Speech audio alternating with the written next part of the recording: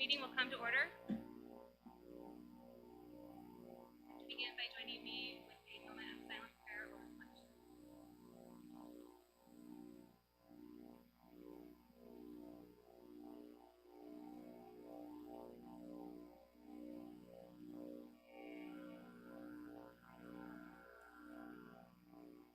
Here.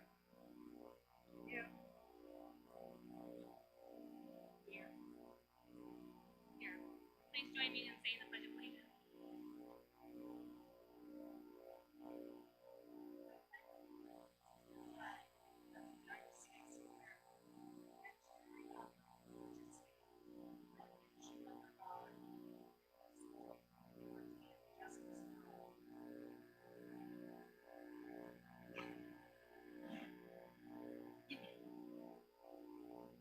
Before we begin, I would like to say a few sort of ground rules for this meeting. In order to comply with executive orders, entrance to the building will not be permitted once the number of attendees reaches 50. There will be a 3-minute time limit for any person speaking. We are providing an email address for questions, comments, or concerns, and that email address is boardmeeting@LHUSD. Email submissions must include full name. There will be a 3-minute time limit on each email. Emails will be read in order of receipt, time permitting, and our meeting can be viewed live at www.lhusd.org/boardmeeting. I do have a call to the public, and this is brought to us by Mr. Mark Rosio. Would you please come to the mic?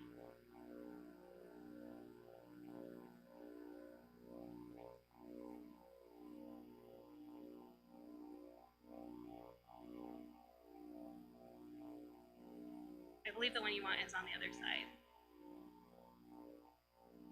And I hope I pronounced your last name correctly.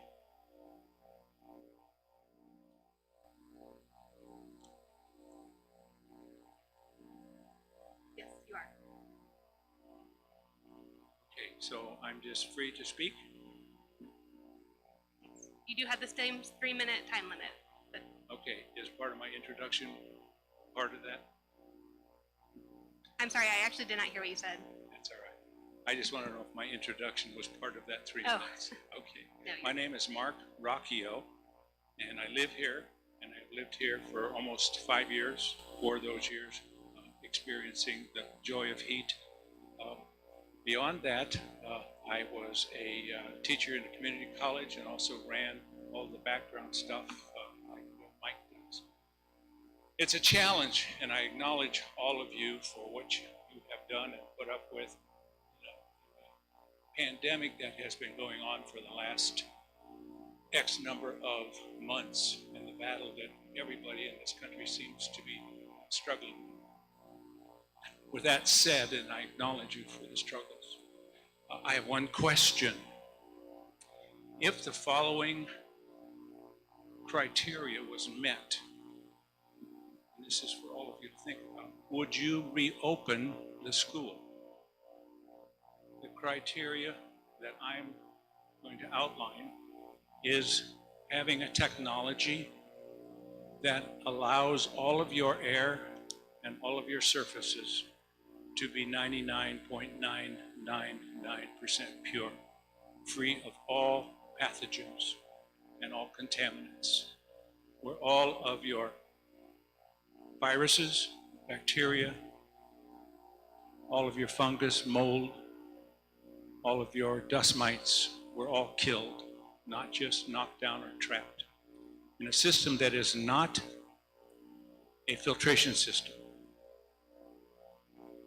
and that was originally developed by NASA 25 years ago and used in the space industry and in the International Space Station.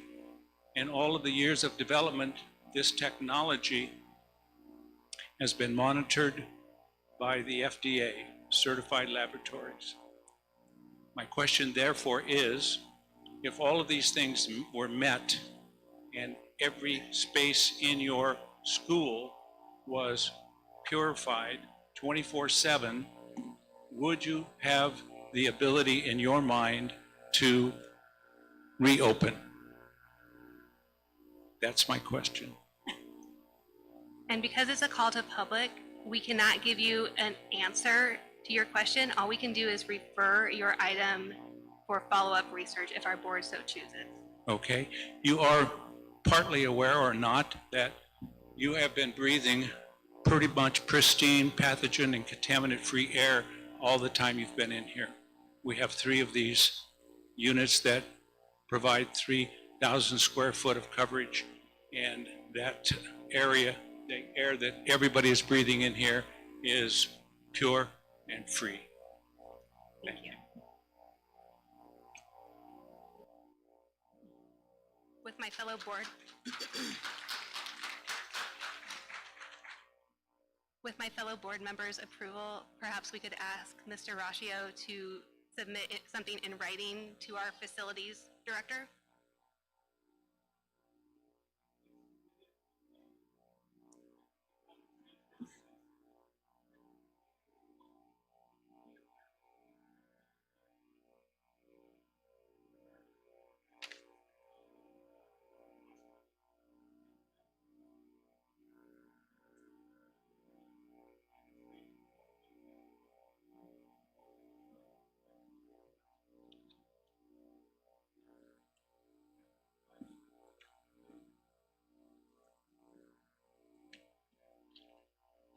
Thank you.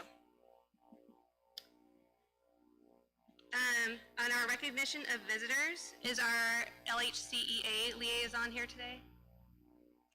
Yes.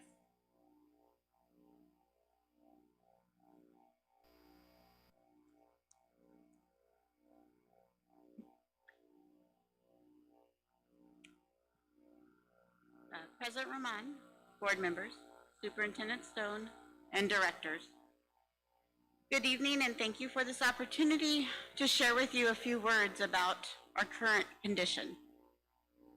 I have struggled for many nights on what exactly it is that you need to hear to provide you an informed decision.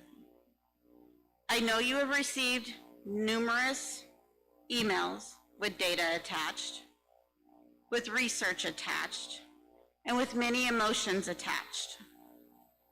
The only words that come to mind are safe, safe, safe.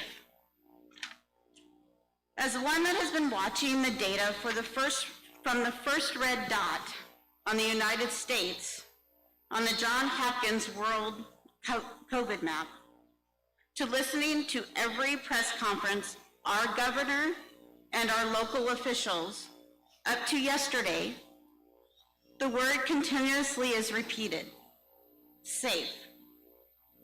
In the most recent executive order given by our governor, Executive Order 2020-51, it states, the Arizona Department of Health Services shall develop public health benchmarks for the safe return of in-person, teacher-led classroom instruction and make available no later than August 7th.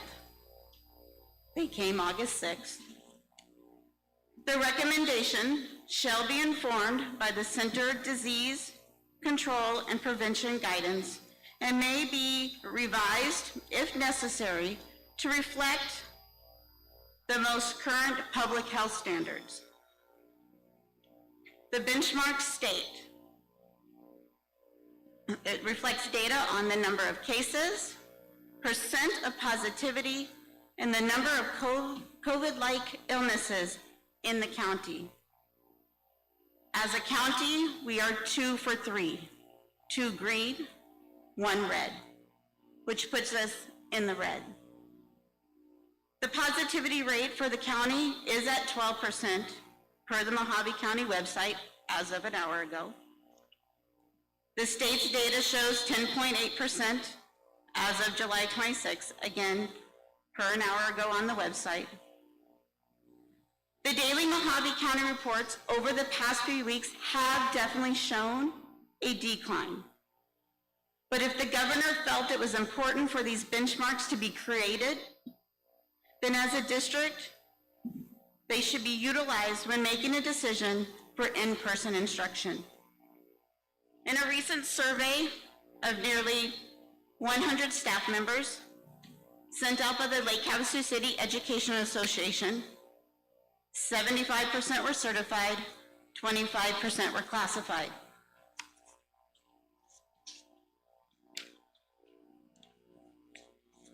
65% said no when asked. Should the LHUSD governing board decide to open schools for in-person learning, as all schools did prior to COVID-19 pandemic, would you feel confident enough about the safety procedures proposed to work directly with students? And 52% said said yes in regards to, should the LHUSD governing board decide to open schools for in-person learning, as all schools did prior to COVID-19 pandemic, I would prefer to work from home with the intentions of teaching via distant learning. That was 52% yes. Again, I reiterate the three words: safe, safe, safe, for the sake of our students, our families, and our community. Thank you. Thank you. Moving on to our consent agenda. Do I have a motion on the consent agenda, to approve the consent agenda?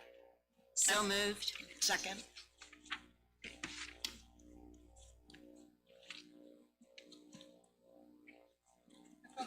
Yes. Yes. Yes. Yes. Item 5.1 is the discussion and action on LHUSD reopening options, and this will be presented by Dr. Stone. Madam President, members of the board, it is recommended that the board discuss reopening options and select a plan for LHUSD. We do have some information for you this evening as we begin.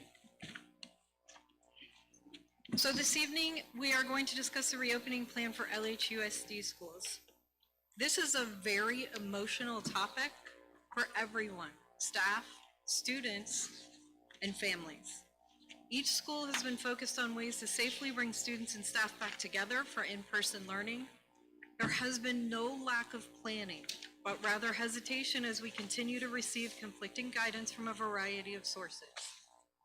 Tonight's recommendation does not come lightly, as we know that all of our families and staff are affected by this decision. I do want to point out that the health department is not here this evening. We talked about them at the last meeting. They are not staffed in a way that they can attend every board meeting in the county. So they are providing email guidance. We have a liaison. Her name is Sarah Lynn. Anytime we have questions, we can email them to her and get an answer back. Those answers that were for questions that we had previously have been provided to the board via email just prior to this board meeting today. So as we go through the presentation this evening, I want to be clear that there's no perfect plan. But our plan does represent input from staff, administrators, and parents. I've heard from many people, either via email, via meetings, and in other formats, who stand on both sides of this health concern. I'm asking that everyone keep an open mind about how we can work together to safely open schools and bring our students back to in-person learning as soon as possible. These are the benchmarks we discussed last week. The benchmarks are guidelines, and currently there is good news as all three benchmarks have gone down over the past week. Remember, what they look at is 3 weeks ago, so this is for the week of July 26th. As we discussed, these benchmarks represent all of Mojave County. The health department is working to provide community-specific information. It is possible or even likely that our community numbers are slightly lower, but I don't have those this evening. More importantly, the health department is working to provide guidance that once we reopen, will keep schools open, as we hope to avoid intermittent closures. While it is possible and even likely that these benchmarks will turn back to yellow and red, we would not necessarily automatically close. But instead, we would look to see what impact we may have in our schools to make a more informed decision. As we looked at the survey from parents, it closely matches the results we received in July. The overall results again show that our families support our teachers and want their students to have access to them for instruction. The survey represents 1,180 elementary students, which is approximately 46%, and 1,134 secondary students, which is approximately 42%. We're still missing a little over 50% of our parents in terms of knowing exactly what option they may choose when we reopen. Overall, 72% of students who responded, either the student or their parent, prefer in-person learning, which is a slight increase from 67% in July, while 26% of students prefer to remain in distance learning, and 4% of our students prefer to remain in the online academy. We all know that our teachers are what makes learning happen every day in our schools, in every classroom. So as a district, everyone here has worked very hard to make sure that we have the best staff in front of our students. As principals talked with or surveyed their teachers again, approximately 25% across the board, that number does vary per school, but approximately 25%, or about 70 of our staff members across all levels, do not feel safe fully reopening to an in-person learning at this time. If 25% of our staff were unable to return, this would impact a significant number of students at all levels. We did see that we have a number of students who prefer to continue in the distance learning format. However, it would be nearly impossible to match all teachers with students who are participating in distance learning based on the grade levels and subject areas that may be required to match student schedules. What follows is a plan developed with staff and administrator input for reopening our elementary and secondary levels that seeks to meet the unique needs at each level while ensuring that safety protocols are in place and working. So reopening at the elementary schools. This is a slow and cautious approach to reopening, but provides students with in-person learning beginning September 8th. Families may choose to remain in the distance learning or online academy formats. For those who choose in-person learning, this plan allows schools to ensure safety protocols are in place and working while providing staff with time to determine an option for childcare for those families who may need that service. The AM/PM cohort model provides small class sizes and the ability to socially distance as much as possible in classes. While masks are required, there will be time for students to socially distance, allowing students to take mask breaks throughout their time on campus. Our goal at this time is to fully reopen our elementary schools on October 12th, obviously depending on available health data and its impact in our schools at that time. So what I talked about in that fact that the health department is working with us to say, how is this impacting your school? You do not necessarily have to close if it were to turn back to a yellow or red. Elementary principals and staff work together to consider a variety of hybrid models. They determined that the AM/PM cohort model better supports continuity of learning at the elementary level, with kids participating in in-person learning 4 out of 5 days each week. The proposed AM/PM cohort model allows for in-person learning Monday, Tuesday, Thursday, and Friday. Wednesday will be a day off campus for students, so teachers are able to plan and participate in professional development. Wednesday was chosen as the off-campus day to provide continuity and schedules for families who have students at both elementary and secondary levels. Students' time off campus or in childcare would focus on homework and specials, lessons, or activities such as PE, music, and art delivered through Google Classroom. On-site support will continue at each elementary school on Wednesdays from 8 a.m. to 1 p.m. for students who need a safe place for learning.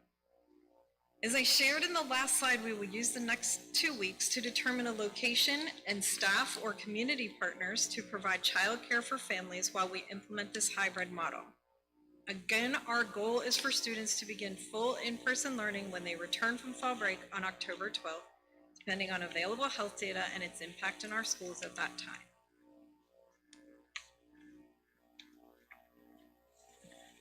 Reopening our secondary schools is more complicated in terms of meeting safety guidelines. Cohorting of students is impractical as students are not served in a homeroom model, but follow a schedule that meets their plan toward graduation. This means that students mix with other students for each class, and in addition, social distancing is a significant concern due to the number of students on each campus. Our secondary schools would remain in distance learning for the first quarter while planning for a hybrid opening on October 12th after fall break. While you see here a hybrid model of 2 days on campus and 3 days off campus, continuing distance learning for the first quarter allows us time to consider other hybrid options that may better address student needs.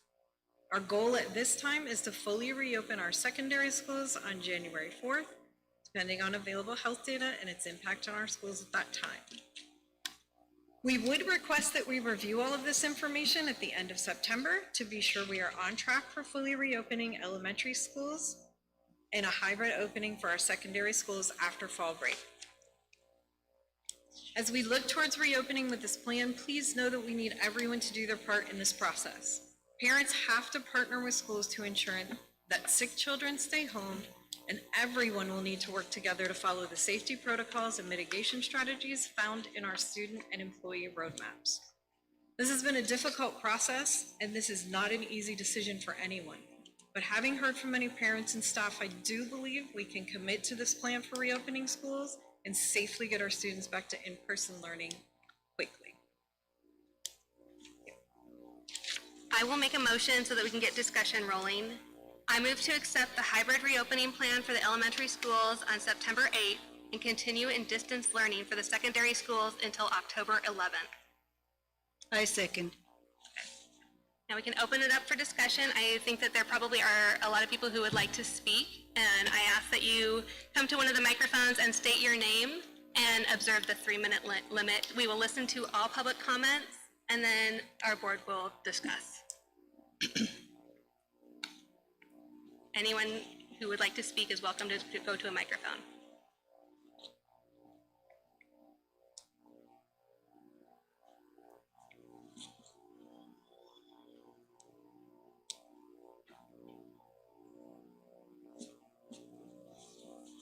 My name is Katrina Cooper, and I have a son at the high school. First, I would like to say I do support my teachers, and from the time my son started school, I make sure to tell them several times a year how much I appreciate them. Can I ask you to lower the microphone just a little bit? And just repeat your name, please. Katrina Cooper. My son is a 10th grader. Second of all, I work in the medical field, so I very much understand this COVID. And I don't even work in a hospital. I go into people's homes, and they have COVID. So my family's exposed daily. My first job, though, is as a mother. My son is a 10th grader. He's an honor student. He's an honor roll student. He carries a very heavy course load, and distance learning doesn't work. So I have a 10th grader who's a good student, who's very well behaved, very respectable, who's acting not the norm because he's distance learning. And you just told him that he's not as important because he's not going to school until maybe October. So you're taking high schoolers that are preparing for college, that are preparing for dual enrollment, that are preparing to be able to get scholarships, and you're having them teach as a distance learning. So the same student was doing an honors class today that doesn't save work. He spent hours on his work, and it didn't save, and he's got to start all over in an honors class. And this boy is way smarter than me. I can't help him. Not fair. We have a 2 essential work family. My husband and I have felt very blessed to be able to work through all of this when everybody else has the time off. We pray for all those other people every single night that they get jobs. But we don't have the time after working all day to help him with his homework. It's not our job. If I wanted to be a teacher, I'd have gone to school to be a teacher. If I wanted to homeschool my student, he wouldn't be in the high school. I can tell you that if my son is not going to start until maybe in the middle of the year, I'm going to pull him from the school, and he'll be going to an online school that specializes in distance learning that can help him and get what he needs, because that's my job as a mother to do that.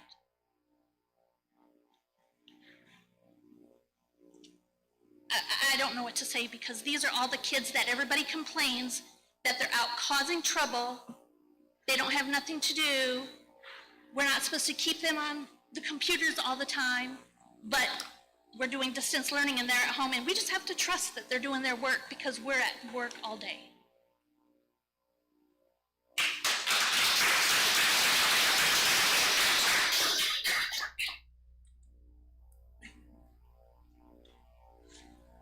My name is Kristen Stroop, and this is my daughter, Bryn Jones. She goes to Havasupai Elementary.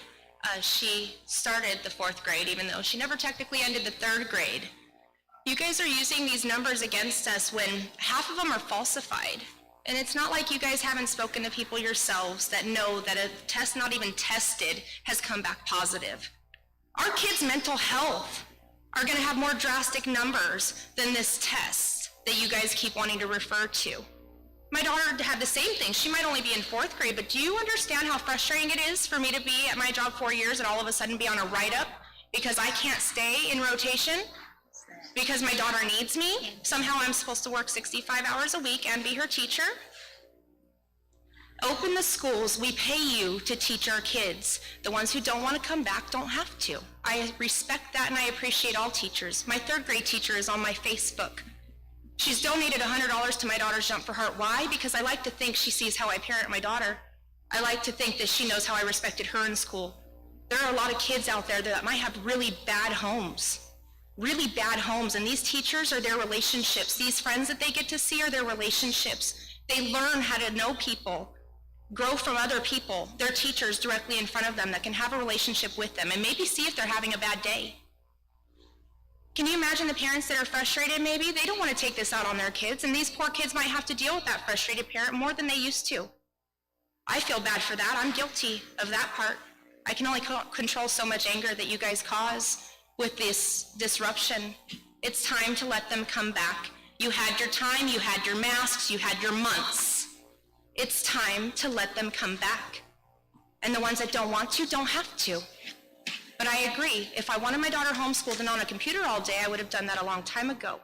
The only reason you're getting my positive number to re-enroll her or keep her enrolled in the school is because I believe that that's where she should be, is in school. 1 minute.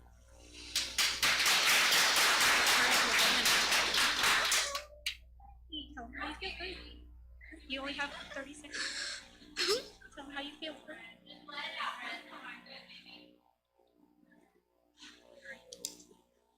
Just let us go to school, please. Yes.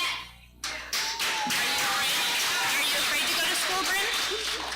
Are you afraid to go to school? No. Let him go back.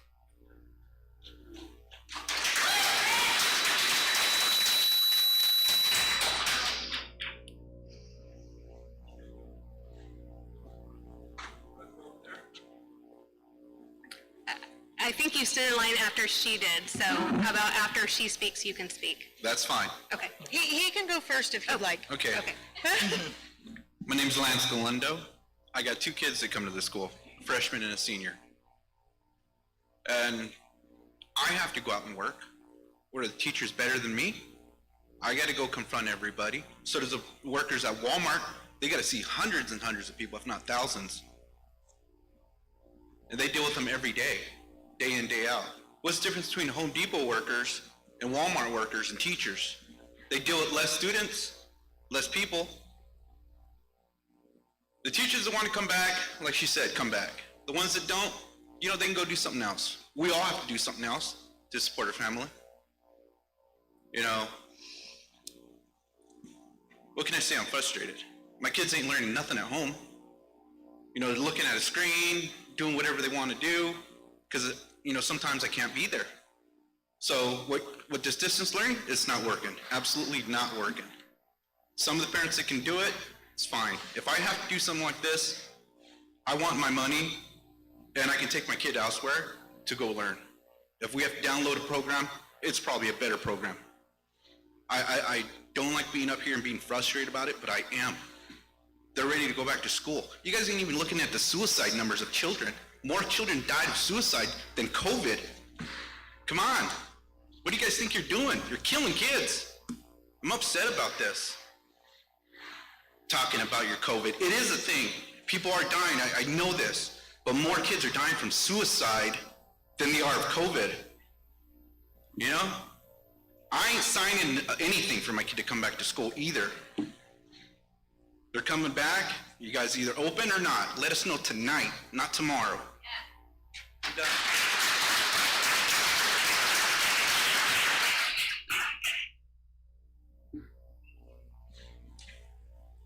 My name is Rachel Shows, sorry. I have a child who is in 11th grader here at the high school. I have a child who just started 3rd grade at Calvary Christian yesterday. The joy on the little one's face when he came home from school yesterday was just unmeasurable. I asked him how happy he was. He is so ecstatic. The older one's just a little that much more jealous now. I own an essential business. I have had to work day in and day out through all of COVID. I have employees who have had to work day in and day out through all of COVID. We've been exposed to numerous different people throughout all of this. Fortunately, it took us 5 months to catch it. My husband and I have recently recovered from COVID. I am still not scared to send my children to school. There is a 99.96% survival rate of this illness. During the time that we had COVID, our symptoms presented as diarrhea and nausea. We had no typical COVID symptoms, therefore we did not start quarantining early. My children did not catch it. My little one stayed hugged up on me the entire time of the beginning of my symptoms. He doesn't even have antibodies showing he was in contact with somebody with COVID. Both of my children have been tested. My husband and I have been tested. We are cleared to go as soon as, it was about 2 weeks before we tested negative and were able to go back to life as normal. We're struggling a little with some breathing issues now because those did present themselves later, but I am not fearful of this disease. I am not fearful of sending my children back under certain guidelines. I do believe that masks for all day are going to inhibit them and cause problems long term. On the other note, the mental health aspect of this, my 16-year-old told me last week, and he has never had any mental health issues in the past. He does see a behavioral health counselor because of ADHD and some other things that he has, but no mental health as far as depression or anything. He told me last week that since lockdown, he has seriously considered suicide 6 times. And now, like I said, when the little one returned home from school, he sees his joy, celebrating that he got to see friends and teachers, and he's still on lockdown. He told me the other day he doesn't care about online learning. He can blow through it all. He can do the schoolwork. He needs the social interaction. It is proven time and time again.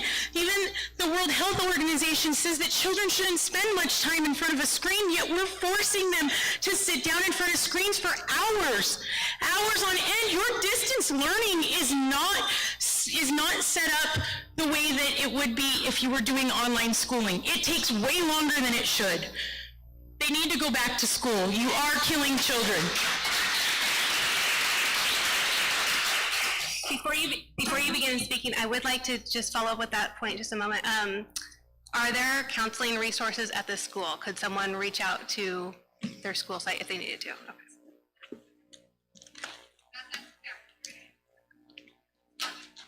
Okay, I'm sorry, please continue. Yes. My name is Joe Cooper. I got a 10th grader in high school, and you showed the charts that showed the overwhelming majority of parents and students and teachers want to return to in-person learning. It seems like you didn't do a very good job. You just brushed it aside as saying it's not an option because the numbers won't add up or whatever, but you're going to jump through all these hoops to do the hybrid return, and it doesn't seem like you put enough effort into exploring that option of just making making amends with everybody. I mean, if the majority of teachers want to return, the majority of students want to return, it seems like, you know, you could make that work rather than the options that you're presenting with the hybrid coming back. Also, I don't understand why the high school has to wait longer. You know, why are we jumping on the elementary schools well before the high school students? And most of all, just the timelines you're presenting are frankly just unacceptable. Going off of the last meeting, there was a lot of points that Ms. Cohen brought up, hard subjects people don't want to talk about, mortality rates, you know, things of that nature, and it just seems like she's the only one with any common sense on this board. With that said, my heart really goes out to all of you for the impossible situation that you guys have been put into.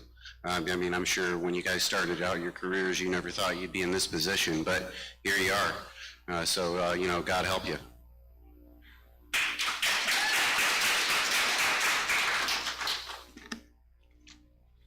Good evening. My name is Stephanie Luares, and I just first wanted to say I am very grateful that we finally have the opportunity to be here in person this evening.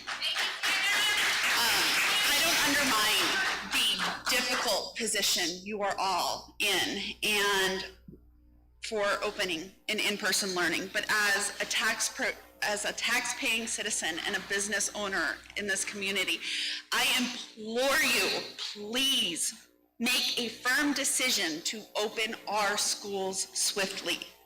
By choosing a date to get our children back in the classroom, it allows to put the plan in place for learning, staffing, backup staffing, safety, and mitigation to get moving. This isn't a time for more surveys. We know that there is staff that is not willing at this point to go back in person, but we know that there's families that aren't ready to go back either. And nobody's forcing those people back into the classroom. But there's online options that are still available for them. But opening our schools for in-person learning is essential and necessary and urgent. And this just isn't a parent and a teacher and a student issue. This is a community issue.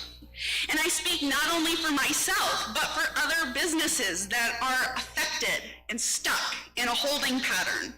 Because we're hearing from our clients and our customers repeatedly, well, as soon as I figure out what's going on with school, or as soon as the kids go back. We have parents that are working limited hours or aren't working at all.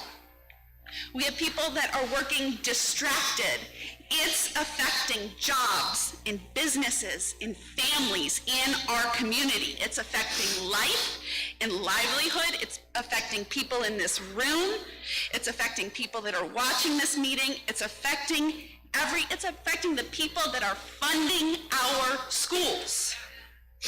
You have the metrics, you have the guidelines, you have more than enough information right in front of you to make a decision to set a date and move forward for in-person learning. Set the plan in motion and get going. And I'd love to see a collective decision made to just get going. Let's stop setting the benchmark. Forward, forward, forward. We're going to come back and make another decision. We've heard how our children's mental health is affected. Right in this room, we have the majority of the community members that put in their time on Rachel's challenge that assist our kids in that very thing. So thank you.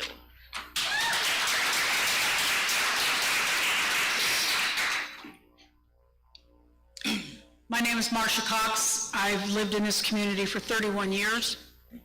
My kids went to this school. My grandchildren have gone to this school. And I have some information here, and I thought about sending it to the board, but it seems like every time I send information to the school board, especially to the president of the school board, you don't read it.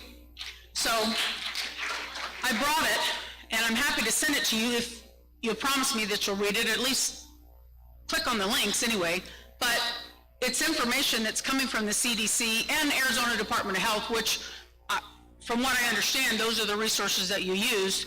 And and some interesting information that I thought, would be of value. And the president of the local union for the schools mentioned this. We talk about the definitions of influenza-like illness and COVID-like illness and clinical criteria, because those are the things that are measured with positive COVID or probable cases. And keep in mind, this is all coming from the CDC and AZDHS website, so you're welcome to have this information, and I'm happy to leave it with you or forward it to you, however you want to get it, if you look at it, because it sounds to me like you're not even bothering to even look at anything that anybody in the community, it doesn't even have to be me, okay? Anybody in the community sends you, but just hold on to these definitions, okay? These are coming from their websites. The definition of influenza-like illness is a temperature of 100 degrees or greater and a cough and or sore throat without a known cause, okay? Hold on to that one. COVID-like illness definition: a fever or cough or shortness of breath or difficulty breathing or the presence of coronavirus diagnosis. Now, I happen to be a medical biller and coder, and I want to just give you the diagnosis, the definition. The definition that's used in the ICD-10 code for COVID is a confirmed case, symptomatic, asymptomatic, or presumptive positive. That's the definition, okay? The other thing that I want to make sure that you understand is the clinical criteria that goes along with probable cause. And these are the things that there are literally 141 vendors that manufacture tests that are used across the United States that are being used across the country to test cases for probable, which equals positive. The clinical criteria is a fever, chills, sore throat, or headache, or cough, shortness of breath, or difficulty breathing with or without a test. You're making decisions on this kind of information, and our kids aren't back in school. This is the kind of data that you're looking at, and our kids aren't back at school. They need to be back at school. The information that you're looking at is flawed. I know my time is up. Please get our kids back at school. Even our nurses have kids in school. And our nurses are going to take care of our parents and our grandparents. And the cases that are on the Mojave County website, our Mojave County website is going, we can't even tell how many kids are sick in our county. Your time is up. I know my time is up, but I'm going to take another minute, because I'll tell you what. You're out of order. You are out of order. I know I'm out of order. If you want to listen to this. Out of order. Have a Lisa, seat. You have 3 minutes just like everyone else. Have a seat.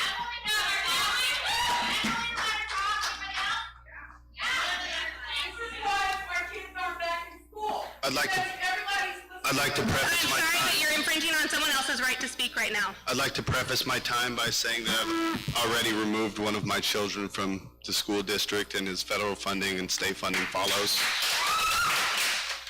When I was a boy, I was taught that our teachers are heroes. A hero is a person who is admired or idealized for courage, outstanding achievements, or noble qualities. During our current climate, our heroes are often unsung. Your local plumber, your mechanic, and most importantly, our grocery store workers. These people show up every day to do the things we need done. They take the same risks we're asking our teachers to take without the glory that the teachers have received throughout the years. Teachers have fought for higher pay, better funding, and more freedom to teach our children. We have granted our teachers the power to shape our children's mind, but even Spider-Man knows, with great power comes great responsibility. And it is now time for teachers to show us again that they are real heroes. This is not an option. This is a responsibility. Just as those plumbers, mechanics, and grocery store workers do not have the option to come in, our teachers have the same responsibility as those that served them. I understand that people are nervous. I understand some people are at greater risk of illness, but this is the life you chose. We, as taxpayers, have done our job. We have paid and you have accepted payment. You are employees of the people. If you cannot do the job, step aside and let those who can do. I look around this room and I see frustrated people, people whose children are falling behind, people who don't have the option to stay at home. Some of us have the financial ability to make arrangements for our children to continue their education. Some of us don't.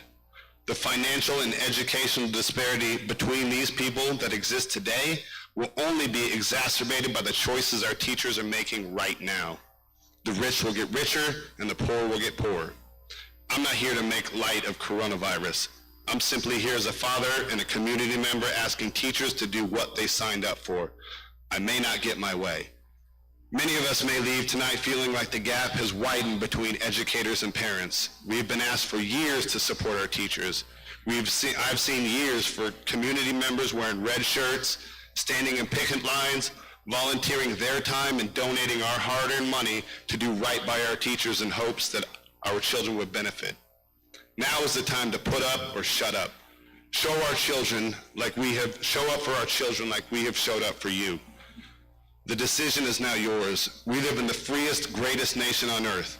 Your freedoms do not come without consequences, and the consequences of further delaying our children's education, and more importantly to me, social acclimation, are as unknown as the virus in which you fear.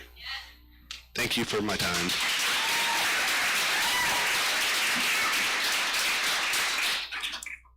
Hi, my name is Corey Schnorr. I'm going to state the obvious. 3 of you people on the board, we already know what your decision is. So no matter what numbers we come up with, you've already got your minds made up. It's just out of my mind. The last meeting was presented to Ms. Ramon. The numbers are in front of her, information is in front of her, and she flat said, I have no idea what this is. It just boggles my mind. Here we are again, and we got numbers up there showing we want to go back to school. We have proof right here. Marcia has proof. You guys don't want to acknowledge it. You do not want to acknowledge it. Here's the thing. This virus is going to be here tomorrow, next week, 3 months from now, and a year from now. Nothing's going to change. If you're holding your breath for the government to come up with something, don't hold your breath too long, because it's going to be here. Figure out a plan, look at these numbers, and get our kids back to school. Yeah.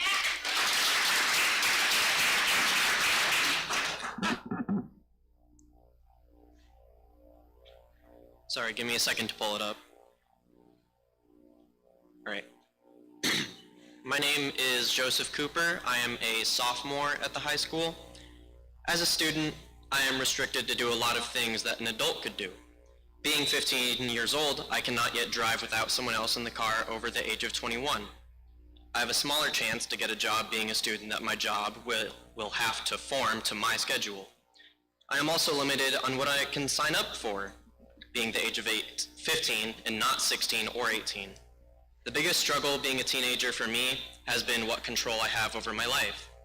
Now I know that sounds a little self-centered, but it gives me comfort being more sure of my future if I have control. Now I would like to discuss how much control I have as a student during this pandemic. I have less control over who I can hang out with. I have a large family, but only my parents and grandmother live in Havasu. I am less likely to see my family due to their fear of corona.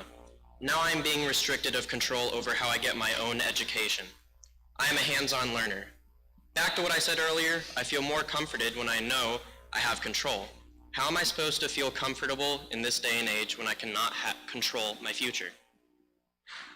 Now, also, a lot of things don't make me very nervous. I have acted for Grace Arts, stood on a stage in front of many people, and not gotten any jitters. However, 2 things do make me nervous: my girlfriend and school. Now, the reason why school makes me nervous is that school has a very big impact on the future of my life. If I do bad in school, it affects what jobs I can get. It affects what colleges I can get into for the future job that I want.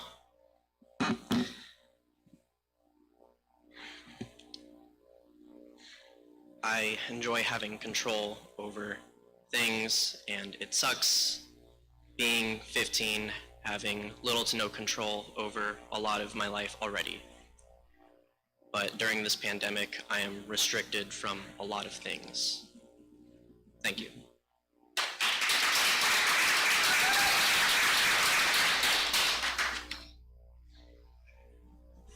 Hello to the governing board. Hello to all the parents and staff members who are viewing this live on YouTube and on Facebook.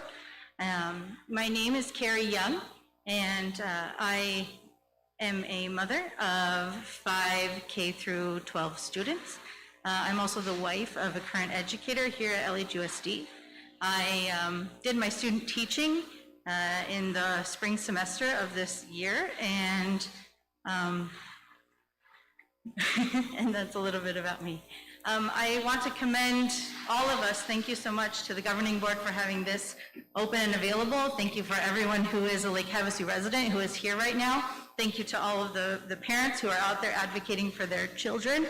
I wanted to make a note and commend Lisa Roman for being out there around 5 o'clock this evening and being available to parents who were yelling at you, Lisa, and I wish that as parents we were teaching and modeling for our children to behave better than that. I heard a few parents explain how their children were throwing fits and temper tantrums because of distance learning, and then here we are, and those same parents are also throwing fits and temper tantrums. So I hope that parents, you acknowledge your behavior. Me too, I'm not a perfect parent. I have skin in the game, as other people said. Like I said, I'm married to a current educator, and I also have students. I wanted to pursue my teaching career this year. There was an opening at a school I really wanted. I actually became ill in January of this year. I'm an asthmatic, so I have a pre-existing condition. Excuse me. I have had asthma my whole life, so that's not anything new. I was sick and sicker. This was when COVID was brand new. I brought it up to my PCP, you know, hey, I can't breathe. We did all the normal asthma stuff, sicker and sicker and sicker. Then one evening I stopped breathing. Then I was sent to pulmonology and all of that. So it was during my student teaching. I was unable to be in the classroom. I was unable to work one-on-one with students. The schools did stay open, as parents you have noted and you have wanted for your students. But I, as their teacher in that moment, was unable to fulfill that role. I was sick for a total of 7.5 weeks. And I still, this is months out, I have inflammatory type issues and blood pressure issues to this day. So I tested negative. I tested negative for IgM and for IgG, but it was COVID-like illness, and I was sick in January. So from a teacher perspective and a staffing perspective, which is something that I've heard come up over and over again, parents apply to be substitutes. Because I was this sick and I wasn't able to be in the building, it's going to happen to our staff, that they cannot be in the building. Thank you.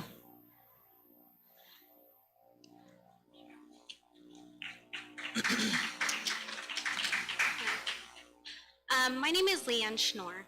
I've spoken with Lisa Ramon and Dr. Stone, and I really appreciate the responses that I received from you. We can't hear you. I'm sorry, I can't hear. Okay, can you hear me? There's noise in the background, so it's Okay. difficult for us. I just want to say, my name is Leanne Schnorr. I'm a nurse in the community. I'm not going to tell you how to do your jobs. I'm not going to bring up numbers, but I do want to say our children really do need to be in school. I have shown Dr. Stone and Lisa Ramon numbers from our local hospital that is available. There aren't any HIPAA violations. It is just pure numbers. And they are good numbers. We are trending down. And even the Mojave County website is not up to date. It is 2 weeks behind. So I would like to understand how you tonight can base a decision on something that's 2 weeks old. Our hospital numbers are going down.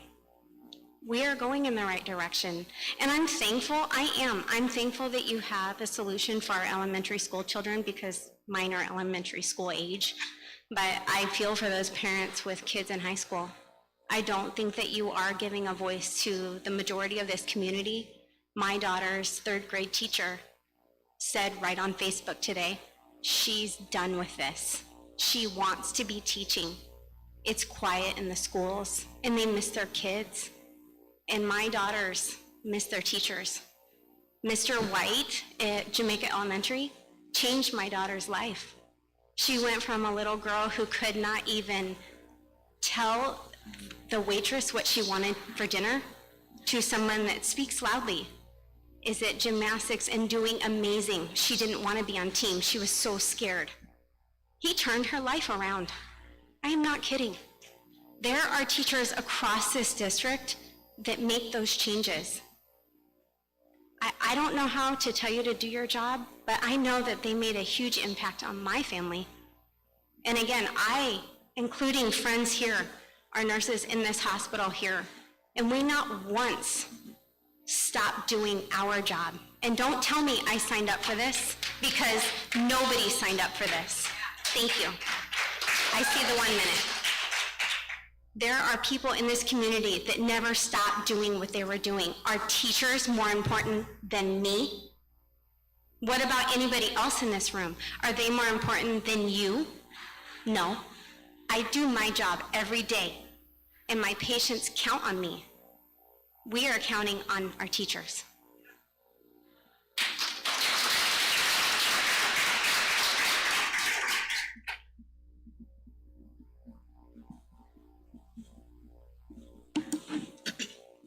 Okay.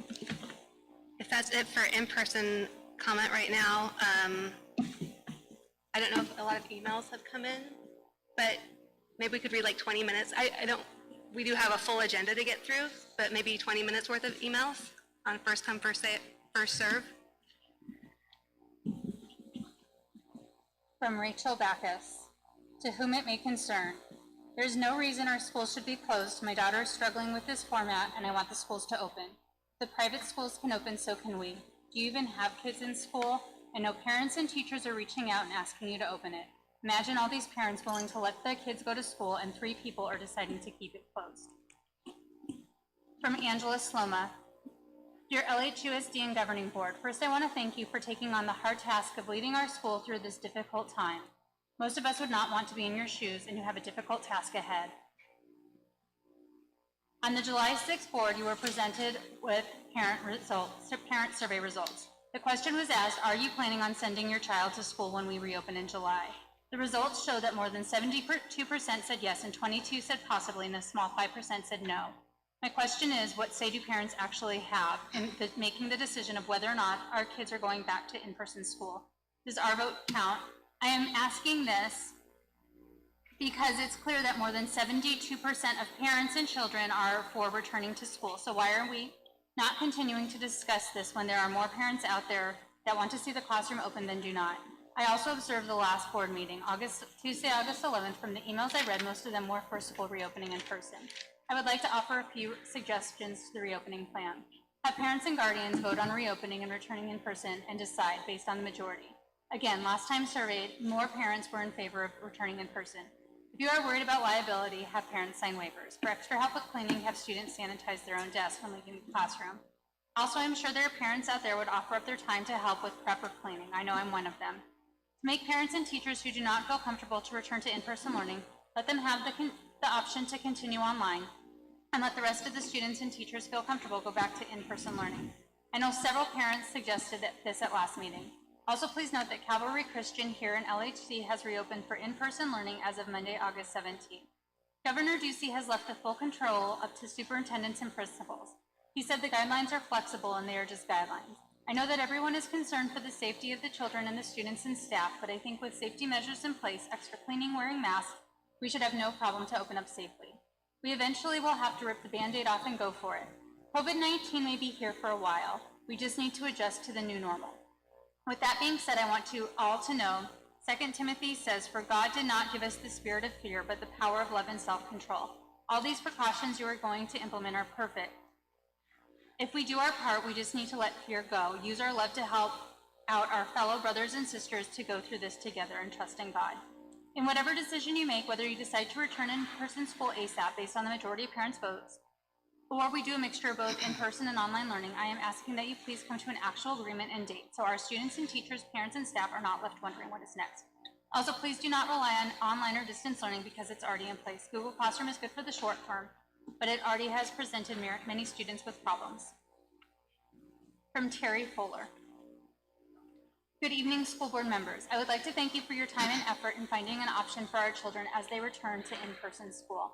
As a parent of a high school student, I feel the need for our children to return to in-person school of the utmost priority. I would like to offer a suggestion to an alternative to a regular school day. As I know, the regular school schedule puts many teachers at risk to have 6 classes of 30+ students each day. Would you consider using a block schedule for middle and high school students? I believe something like a block schedule would reduce the amount of students a teacher sees in a day and also reduce the number of students that come into contact with each other in a day. I've heard some high schools in Canada are currently using a block schedule where a student only has 2 to 3 classes each day with longer periods. Their schedule changes each quarter semester so that during the course of the year, the student will receive the same amount of classes and credits for the year. This would put the students in the classroom for a longer period of time and limit the amount of students that teachers would come in contact with each day, only having 2 to 3 classes instead of 5 or 6. 20+ years ago, when my husband and I attended high school, this was how our schools successfully ran their schedule. I realize there is not a perfect solution to the current situation, but I do feel that there is a solution to getting our children back to school in person. I feel that the stress and anxiety of the current situation will have a huge toll on many young people's mental health and should be of grave concern. The possibility of depression or suicide is becoming a much higher risk factor for teenagers than getting COVID is. I believe that school creates the structure and routine that most humans need to thrive in life, specifically in mental health. I understand and respect that putting children back on campus may not be for everyone. I am thankful that you are allowing other options for those families that would like to keep their children at home. Please take into consideration all the options available and every risk factor that our children are facing. The next is from Michael Lambert. My name is Michael Lambert. My daughter Irene is in 2nd grade at Smith Tree. I'm a physical therapist at our local hospital and have had much firsthand up-close dealings with coronavirus patients, as have my fellow coworkers. In fact, a few of our staff ended up contracting the virus, so I've also had firsthand knowledge in dealing with coronavirus testing and quarantine protocols. First of all, I would like to thank the teachers for their efforts in adapting to the new online model. I really appreciate the work they have put in. It was certainly foreign to most of them initially. That being said, I do not think that despite those wonderful efforts that the online model is at best a very poor substitute for in-person learning. My wife and I definitely are in favor of opening the schools to in-person learning as soon as we can safely do so. Though we'd love to have our daughter in school already, as mentioned above, since I have some firsthand experience in dealing directly with the virus, I can appreciate the caution. I do think a reopen than a quick shutdown may have more destructive measures than taking a few extra weeks to make sure we get it right the first time. If that takes the whole first quarter, so be it. My suggestion for the board have not to do with reopen, but some considerations after we reopen. Coronavirus testing. Is there any consideration for a budget for the school nurse to have a supply of tests right at school to administer immediately to symptomatic students or staff? Reasoning being that if someone has symptoms, the sooner they are tested to rule in the virus or out, the better. Also, the local urgent care center, these tests cost $200 to $300. They may not be readily available for some families, and the test could be delayed or not happen at all. If not testing, it could just be allergies or other things, not coronavirus, and being sent home to quarantine unnecessarily, not to mention worrying classmates and other staff unnecessarily. Number 2, quarantine once positive cases identified. Though our cases are thankfully declining both locally and statewide, I expect we will eventually have some cases within our schools, and unfortunately it may happen not long after we reopen. How the individual school and the district as a whole will decide to deal with is a probable fact that is going to go a long way in determining if we can stay open and have a successful school year or not. In a class of, let's say, 15 students, if one comes down with the virus, there is absolutely no need to send any of the other 14 home and back on an online model unless they are too symptomatic. Quarantine the sick one, the rest carry on. Please do not give in to the virus. If at the hospital we all went home when someone in our department tested positive, we would not have much of a therapy department in the last 5 months. The sick one went home and the rest of us carried on. If at the first appearance of the virus in one of our schools everything shuts back down, we may not have ever as well reopened. There will be positive cases. I hope at least the part of the board's decision turns on how to deal with those positive cases when they arise. I also agree with the board member Nicole about those metrics she so despises. They are completely arbitrary and should have nothing to do with whether or not our kids can go back to school. I don't see a correlation. My humble opinion, the only thing that would warrant a shutdown after reopening would be a massive outbreak of dozens of cases, particularly at one school, not some arbitrary metric gone in the wrong direction.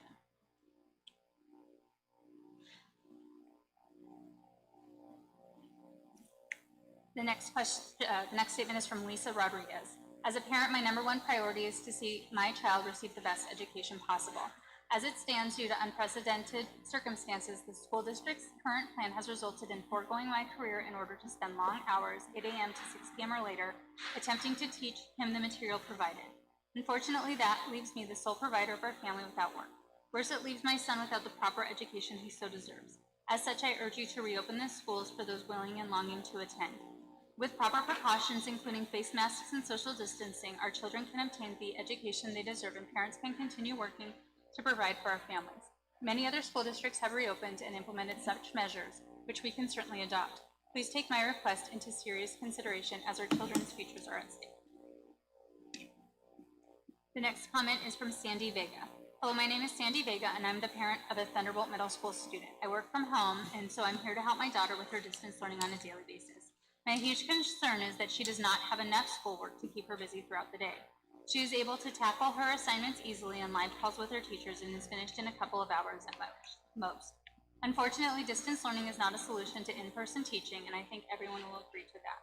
Our kids need to go back to the classroom, and my suggestion is to divide up the classes and have them attend a couple days a week.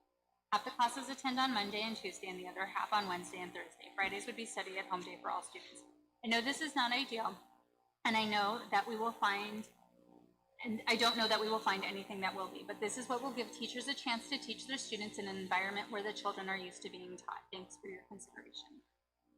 The next is from Serena Silk. To who it may concern. Hello, I have a couple of concerns that need to be addressed through tonight's meeting. How do you plan to ensure that families are performing daily health screenings at home before arriving at school? How do you plan to enforce and regulate the physical distancing rule where students no longer need to wear face coverings?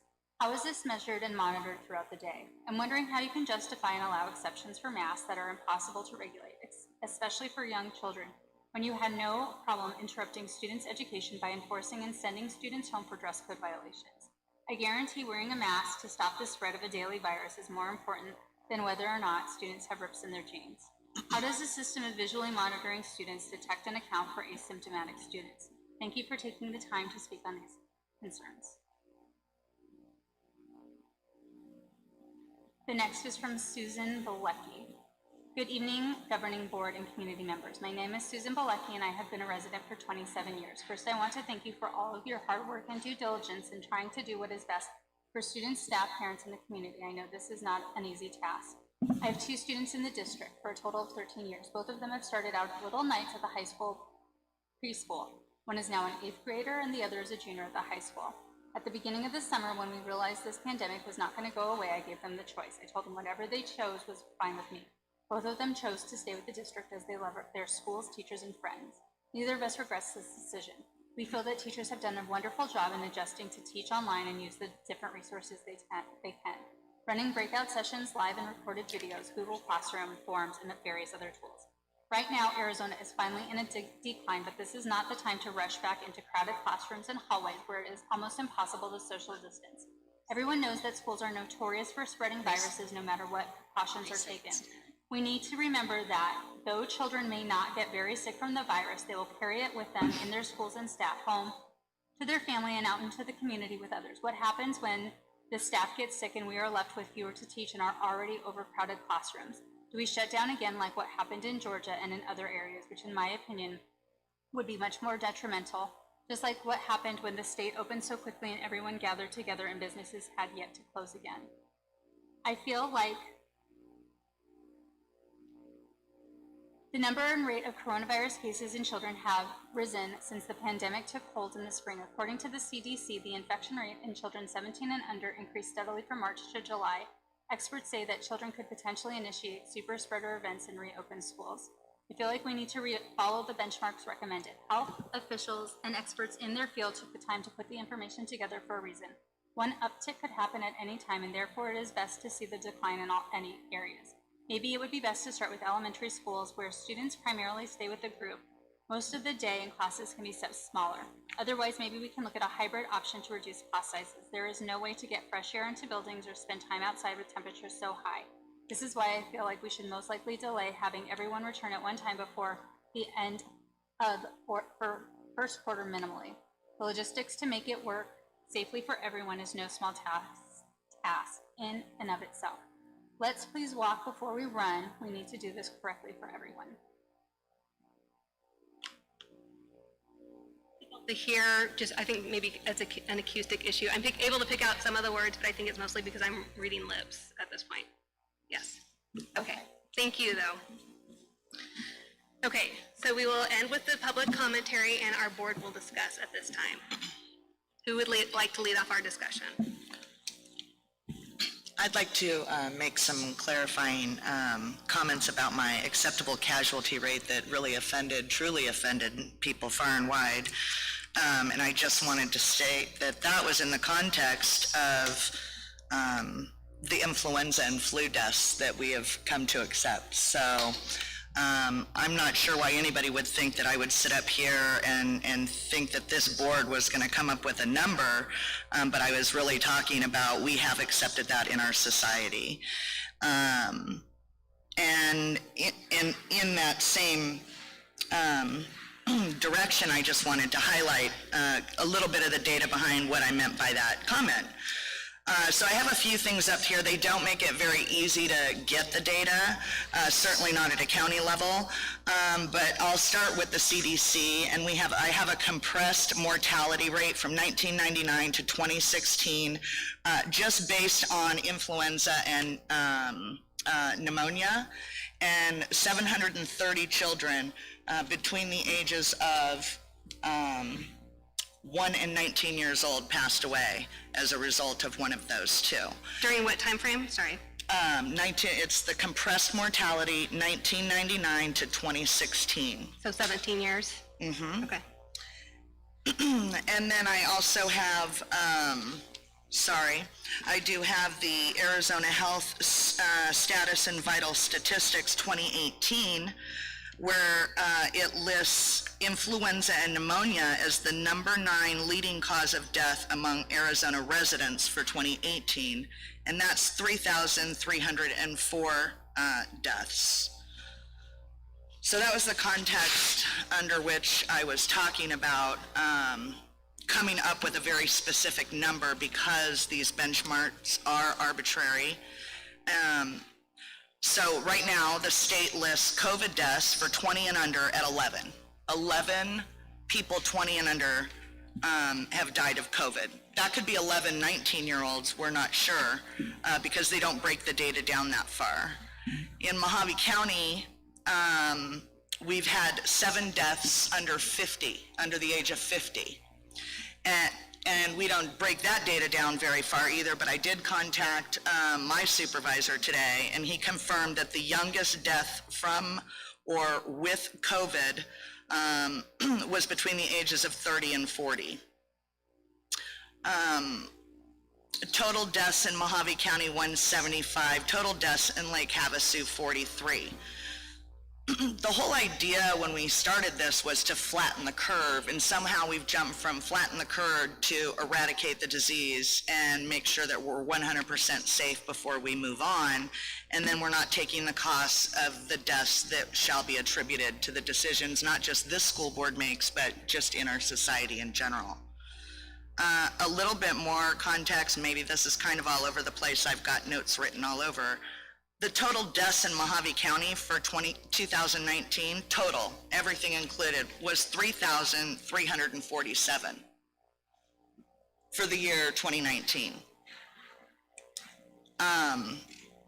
We've had 175 deaths from COVID, and unless you've been deemed essential, which is ridiculous in my opinion, every single human being on this planet is essential in my mind.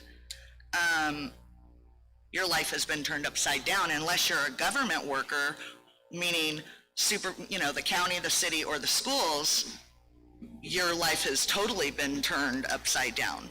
And so while I can appreciate the many emails that I got from very upset teachers that how dare I talk about the acceptable rate, and everybody challenged me and said it was 0, that's not really true. It's not how we operate in society.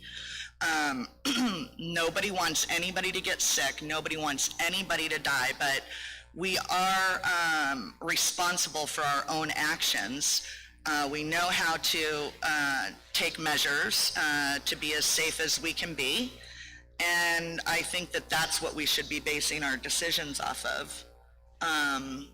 And the fact is that in order to get down to the nitty-gritty, you're going to have to look at death count, as obnoxious as that may seem to some people, or unpleasant a topic as it is. At this point, we can't continue with trend data and models that don't make sense for the real families that we're speaking to in this community, that have no safety net because they don't work for the government, or they're not independently wealthy, or any of those reasons. So I just wanted to make that clarification, because I really seem to have really offended a few people. I would almost go so far as to say I'm sorry, but I'm really not. I think that the reason that everybody is so offended is because we speak in these platitudes a lot, and we don't want to talk about real hard facts. So anyways, I'll open with that. I think the part of it that was offensive was the fact that it's a school, it's not a war zone, and so it's okay for generals to speak about acceptable casualties. It's not okay for school administration to speak about that, especially when we're talking about preventable. Well, and I want to clarify, because I'm not at school administration and I'm not paid. This is all volunteer time, as it is for every member on the board. And this kind of goes back to a couple board meetings ago. Remember when we were approving the curriculum that I had a problem with because it was about using the right words at the right time? So I used casualty instead of acceptable mortality. I'm not sure how else you could say it. Those are the two that come up on all the reports. I used casualty instead of mortality. So we can talk about my choice of words, but I think that's a waste of time for everybody watching or hearing. It is, because it's not about the word mortality versus, it's not about the word mortality versus casualty. It's about the concept of, are we not willing to do what it takes to prevent illness and death within our schools when we have the means to do so? That's what I think people took issue. This is the public commentary portion of this meeting is over. And my point is that as a society and as a state, we had already accepted a certain level of mortality with influenza and flu. And yes, while I understand this is more contagious than that, we had Dr. Chris stand up there at the last meeting and say that children 10 and under are not spreading the disease. And then she went in the next breath and said, but we'd like kids 5 and up to wear a mask. See, that seems arbitrary to me. If you're going to go as far as the leading healthcare, guru in the state who is making these decisions or guiding our governor, and you're going to say in one side of your mouth that 10 and under are not spreading it, but we'd like 5 and up to wear masks, that's a problem for me. So, I'm going to change the subject, if I may. Okay. Because what we're going to find is all of us are looking at different information. We have different opinions. Some of us think this virus is not significant. Some of us do. And all of us up here who are going to vote tonight bear a responsibility. I should say that a lot of them are like me, not sleeping at night, wanting to make the right decision. And the reason for that is I'm aware that when we go back to school, we'll have over 5,000 students, over 500 staff members, and they are going to form a vector all over the city, and they're going to go back into their homes, and they're going to go about their lives. And the statistics that we have brought down, which is remarkable, all 3 metrics, we call them metrics, they have come down, which is why we were able to come up with this plan we can present to you tonight. the likelihood is those metrics are going to go up, up, up. And I'm glad we have some nurses here. When the vector, when the vector does as I think it will, then those nurses and people in the hospital, the ICU, the equipment, the ventilators, those two things are part of the three metrics. Is, the number of ventilators available and use. Those are going to go up, up, up. And we will have made a choice as a school board to do that. And I have a really difficult time doing that. The nurses in the hospital are not going to close. They don't have that choice. But we will when that, excuse me. This is not interactive. Excuse me. No, I'm sorry. We can close the meeting for public attendance if we need to. It is, public commentary is over. Please just be respectful. We've listened to you. You're out of order, and if I have to remind you again, you will be escorted from the building. That's why we have the police here. We listened to you. Now you need to listen to us. Mrs. Cox, you have the floor. Thank you.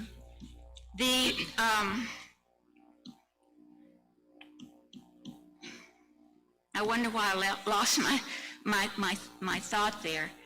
Can I just make a point on the last thing you said, Kathy? The percent for the hospital, the COVID-like illness, in keeping it down, you realize that's not just Mojave County, right? That is Mojave County, La Paz County, and Yuma County, all three. It's not just Mojave. I had not heard that. Yeah, well, it's right there on the documentation that we all got. Okay, all right. So I have from the beginning said that, I know what I was going to say.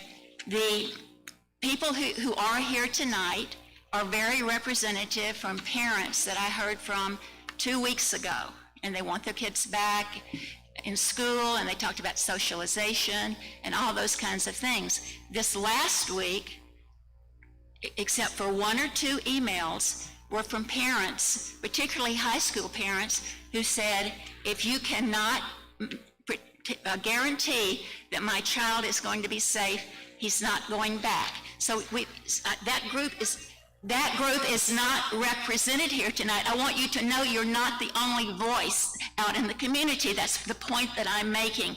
You just happen to be representing a certain point of view, and I have to take that into consideration. The safety is dependent upon social distancing and the mandatory masks. Plus, if we had better tests, we do not have good information, and I agree with Marcia Cox. We don't have good information and metrics. The material that we're looking at, tonight is was based on tests from July the 26th. This is August the 18th. That is old information to me. But regardless, physical distancing and the mask seem to be the most important thing with the hand washing to make things safe for the kids and for the staff.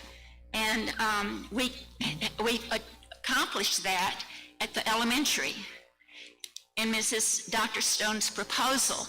However, now we're looking at the logistics at the high school, for example.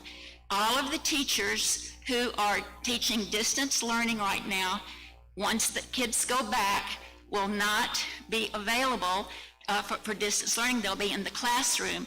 And we know we have a lot of parents who want their kids at home at the high school level. And we have to look at the staff. We have very few subs, at any, at the high school level who want to sub. And so we've got to figure it out. We cannot have morning and afternoon like we can at the elementary district. Elementary level, it does not work out. The logistics at the high school won't happen. So we need some time to plan. I think that the middle school may be in a better position. Dr. Stone, we've talked about that, but It's not something that's going to just happen overnight. It can't. It's too complicated to figure all of this out. If you get my vote, it's going to be physical distancing and mandatory masks is what will get my vote when we have a plan for that at all levels. So I am interested tonight in voting for the elementary schools opening, and now that the metrics have dropped, the slope is declining now, who knows what it will be like in a week or two, but that's why we wanted to say, once it's dropped, then let's see, can we maintain that? But I do not want to be one of those schools in Georgia that all the kids just go back with no plan, and a week later, 900 people have been diagnosed with the virus, they test positive. The other high school, I believe that the kids and staff, 9 people were positive. They were tested and found positive for the virus. They had it. They were sick. And they closed. No, we're not going to do that. We don't want to go back and forth and back and forth. So we want to be really cautious. So now we finally have a plan, and I would like to put the elementary plan in place if we can, and then we'll work on the other two. The other two are going to be difficult, but we will certainly get it done.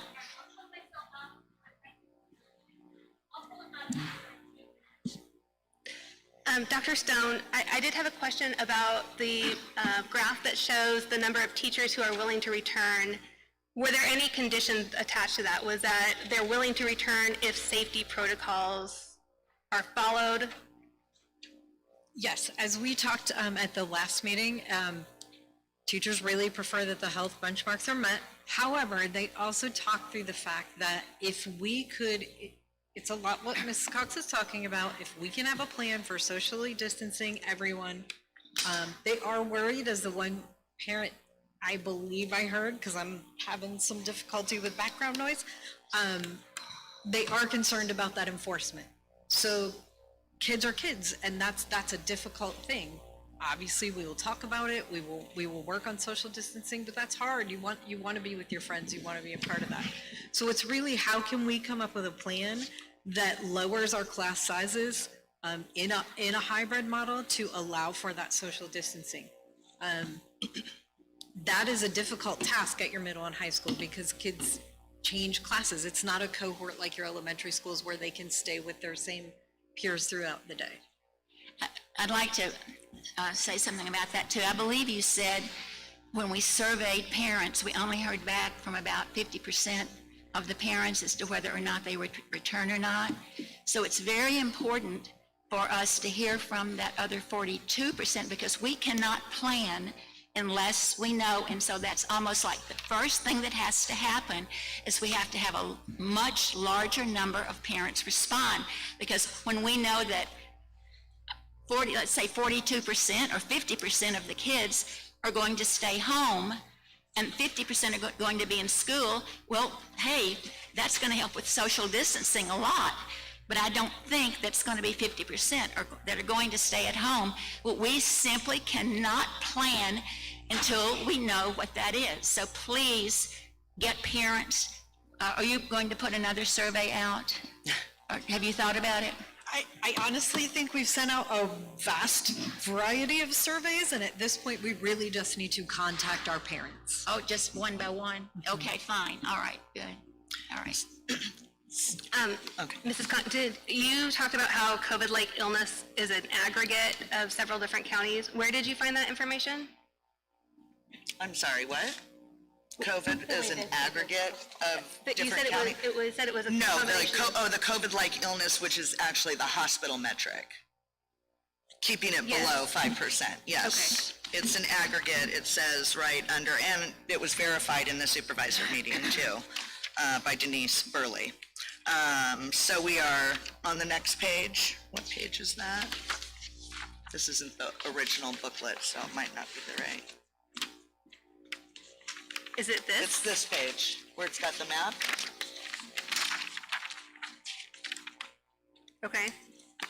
See right down there? Available by?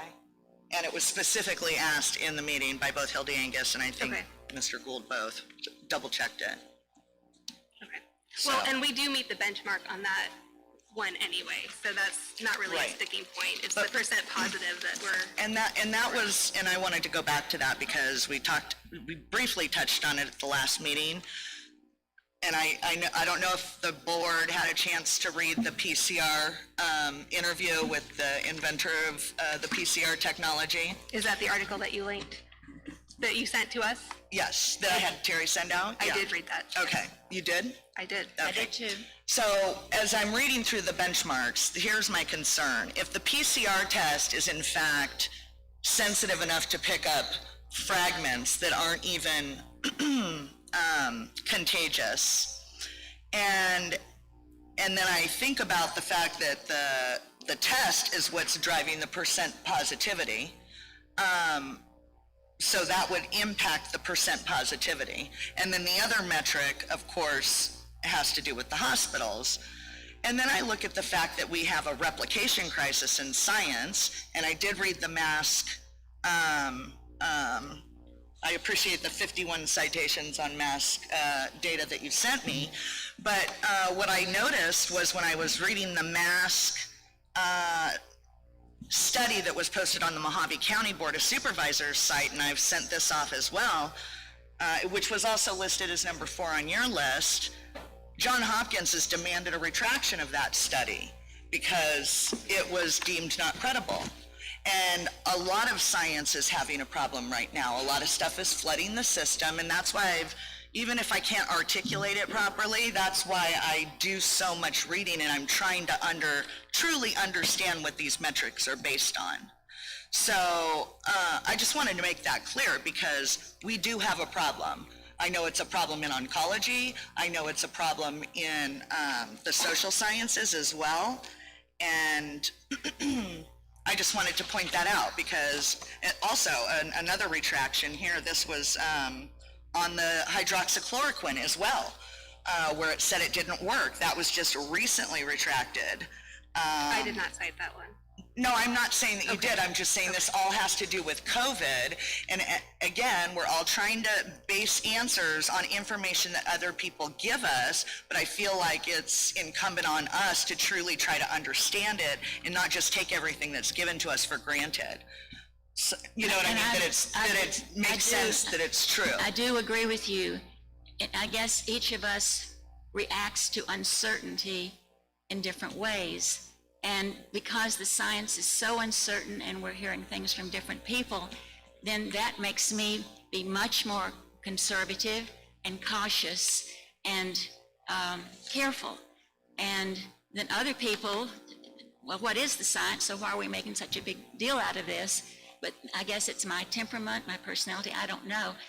I'm very, very conservative about this, and I can't change. Well, and I understand that, and I understand that a lot of people are concerned, and I don't think anybody who wants to get back to school thinks that COVID isn't real or that it's a hoax. That is totally not true. However, we're almost 6 months into this, and we have real data, and we have school setting data. I'm looking at the data that was compiled on the WHO website, and this is of just the schools and the ones that didn't shut down, and whether or not they had alternate shifts or days or required face masks, so on and so forth. And, you know, Sweden didn't do any of those things. And yes, they made some mistakes, just like we made some mistakes with our nursing homes. But their students are not transmitting the disease, and they can conclusively say that because they are contact tracing and they're not able to trace it back to the students. So we have different areas that we can look at just because it's not posted in one of these 3 metrics. And we should use that because that's real. These are, I'm not gonna say not real, but these are real too. I just printed this off from the dashboard yesterday, but it says that our PCR positive rate is 12.1%, and that is countywide. and then our total percent positive is 11%. Right. I do believe that our numbers are trending in the direction that we want them to, that our local numbers are probably a little better than what you would see countywide. We have asked for numbers that are specific to our city, and it's not available. I think the concern is that it would be too small of a sample size to give reliable data. In any case, the Mojave County numbers are what we have to work with. We do have responsibilities to our students and to our staff to keep them safe. As we've noted, we have a number of our staff that is willing to return to school, but it is in large part on the condition that we follow certain safety protocols. Now, we can mandate masks, and we have. That is part of our reopening roadmap that is in compliance with Governor Ducey's order. If we can require your kids to wear school shirts and shoes at school, we can require them to wear masks. One of the other safety protocols that's important is social distancing. And one of our speakers asked, why does high school have to wait longer? And I would invite Dr. Stone to chime in on this, but if you've seen our elementary school campuses, our middle school campus, and our high school campus, you would know why the older grades have to wait a little longer. They are simply more crowded. Their hallways, their classrooms, their cafeterias, they are all at max capacity already. There simply is not the space for them to spread out. Waiting until the second quarter might give us some more options as far as eating outside, like doing kind of a picnic style lunch, and just more opportunities to social distance in general. At our elementary schools, we are able to keep them contained, particularly if we do a morning and an afternoon schedule. We can keep kids contained in their classroom. I'm not exactly sure what the particulars look like as far as lunch service goes, but it might be possible for them to either eat inside their classroom or, I don't know, those cafeterias are awfully small. I don't know if I can picture kids 6 feet apart in the cafeteria. But my overall point in saying all this is if you do not have teachers and if you do not have support staff, you do not have schools. We have seen examples from other school districts throughout Arizona. I believe the one that's making the news right now is J.O. Combs. Their district went ahead and voted to fully reopen, and they had nearly half of their staff call in sick. School is not happening, and in fact, at J.O. Combs, it's a cautionary tale because not only did they have to suspend their in-person plan, they actually had to suspend their virtual teaching, so they had to take off even what they were offering. I do not want to see that happen here, and I don't think anyone else does either. We know that distance learning is not ideal. We know that in-person school is ideal. We have to wait until we can make it safe and make it properly staffed. You don't have students, you don't have teachers. Don't let them back. Please don't make me have someone come in and escort people out of the building. I really don't want to do that. If you are done listening, you can leave, but this is not interactive. I think it's important to acknowledge the fact that if our students are pulled out of our schools, we will be laying off teachers. I mean, it's simple math. We just should acknowledge that because it's math. And we've got Calvary already open. I just went to a presentation last night with Prinda schools off the charts. Not sure what the Catholic school is gonna do. I mean, people have other options. So, you know, I read what happened also at that school district, and that's simply the teachers holding the community hostage, and that's wrong. And I have to just say that we should actually think about for a moment the nurse that spoke and some of the people that spoke. You know, we hear about equity and equality all the time. We all live in this society together. We all have to shop for food. We all have to go to the doctor. We all have to do certain things, but somehow we've spent 6 months and we can't plan to open our schools. We're gonna wait until flu season starts to open it, so then we really can't. If we wait until this plan to start back on site, we're not gonna be able to tell the difference between COVID and flu-like symptoms. And then it's gonna create a whole nother set of panic in our schools, because we deal with that every year. We have teachers and staff out every year because of the flu. But this year it's gonna be heightened because, oh my gosh, it's COVID. And also, we should be doing a little bit of education, or maybe our newspaper could do a little education instead of flaming the situation from the last school board meeting on what it is that people should be paying attention to, like their immune response, like their vitamin D levels, things that people can do on their own to strengthen their immune system, so that when, I just say when, not if, when you get COVID, that you can fight it off. You know, there should be an education piece to it, but we can't minimize and we can't act as though we are ever going to be 100% safe. We cannot give that guarantee, not to any staff member, not to any student. We can make our best effort, but the idea that we're going to guarantee somebody's safety, that's just not how the world works. And you just said it, we cannot offer a guarantee, we can offer our best effort. And that is what we are trying to do with this plan. Okay, October and January are not our best effort. No, wait, it's not October. That's what the plan just said. No, it is, let's clarify that. Elementary schools would reopen on September the 8th, and then... Hybrid. But exactly, and the reason for that is parent choice to keep the kids at home. And then on October the 12th, those kids would be expected to come back. Just because we open on September the 8th doesn't mean those parents are going to send their kids back. Okay. Kathy is the only one who has the floor right now. Were you finished with your comments? Yes. Well, September 8th is a long way off to start hybrid. That it's almost like we're tone deaf up here. Hybrid. Now parents get to wait 3 more weeks to decide how they're going to get their student to and from half-day elementary school, and then wait until October. Then we're, again, there we are into flu season. We've set ourselves up for failure again. I mean, I don't understand why at the elementary level we aren't going back now. We've had Dr. Chris say 10 and under are not spreaders. I mean, we have... Wait a minute, okay, I'm glad you said that.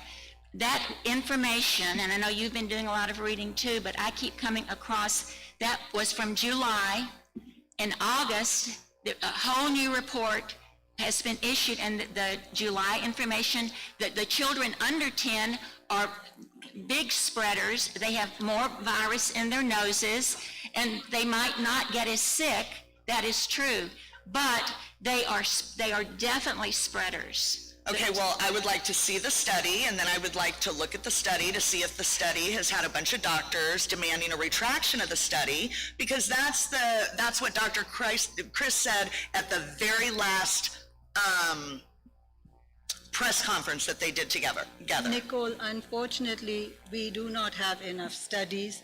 And like I told you the last time, one doctor may say one thing and another doctor may say something else, and both could be right with the evidence they have. You're right. But nobody knows everything. Right. But I have something to say. I do appreciate what all of you are saying, and I see the emotion and everything that, and I fully understand it.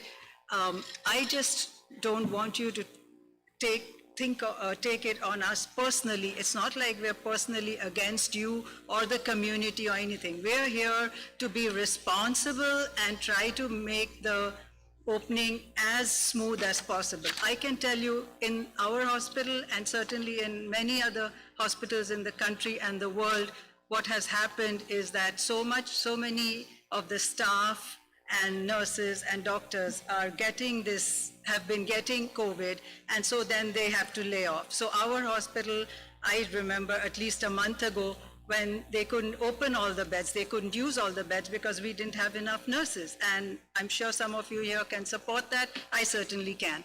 And that is what happens. Unfortunately, in a school, if we are to do that, so once we were saying, oh, we can do electives, then we can't do electives, I'm talking about the hospital, and then again we're doing electives, and then we slow it down. You have no idea.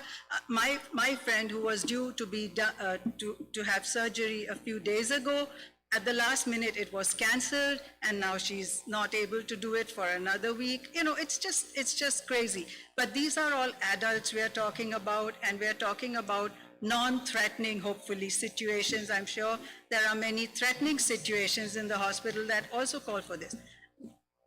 I think you all have made very good points, and I totally agree. I do not agree with someone who said that nobody thinks COVID is a hoax. I have many people tell me that it is a complete, total made-up hoax. It does not exist. But that's besides the point.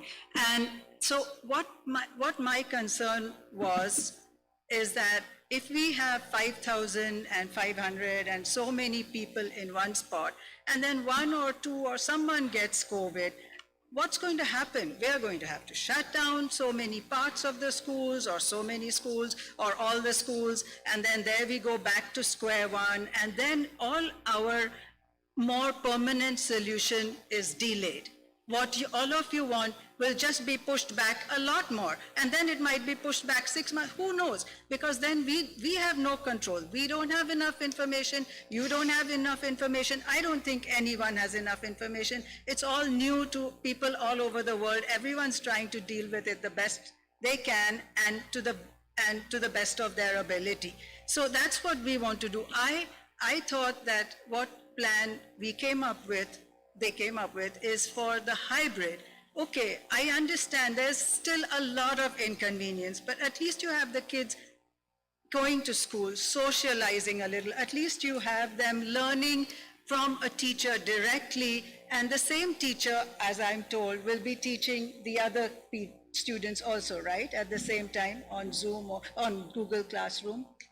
So our plan at that point, that's that piece that I said, to reach out to every parent. We have to know what the other 50% are willing to do. If they want to stay at home, then we will look at our teachers and say, how many of you want is a big word. How many of you want to stay home? I don't know if I would be able to accommodate that for every teacher, because we don't know the number of students. So we will accommodate as many as we can to do that, but there may be some that we're not able to. And today I just happened to see the news thing flashes on my phone, and it said five different states. There are several school districts in all of those states that have shut their schools.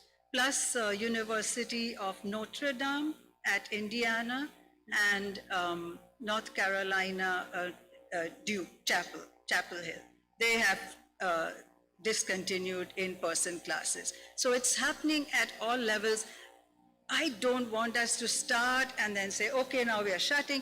And you do realize my main concern with that is how much it's going to push everything back further, how much more turmoil in everyone's lives.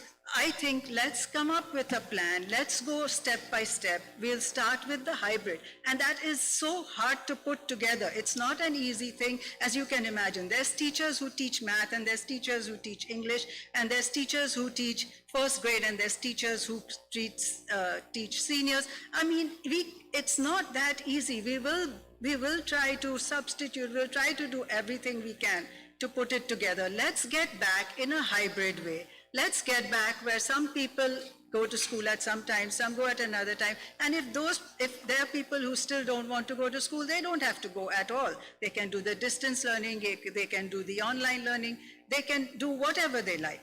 Then as things, straighten out a little more, as we get a little more confidence, we want to open. We want our schools to be there. We want our children to be happy.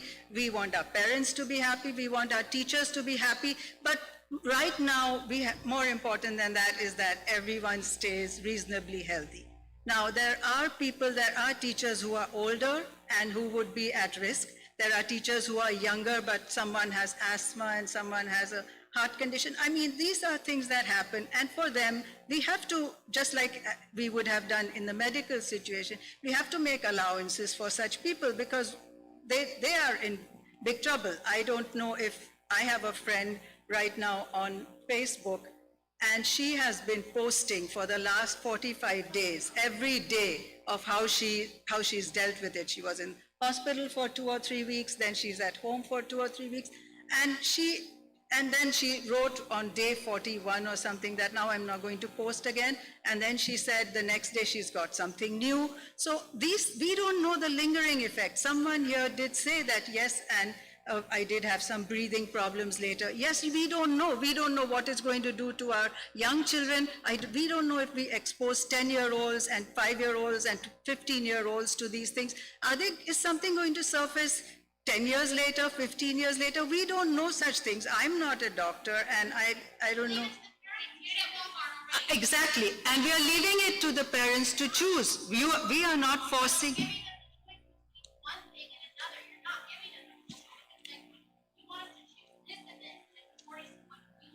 We cannot at the same time have some children coming to school, nobody coming to school, and all children coming to school. That's not possible with our resources. So, okay, this.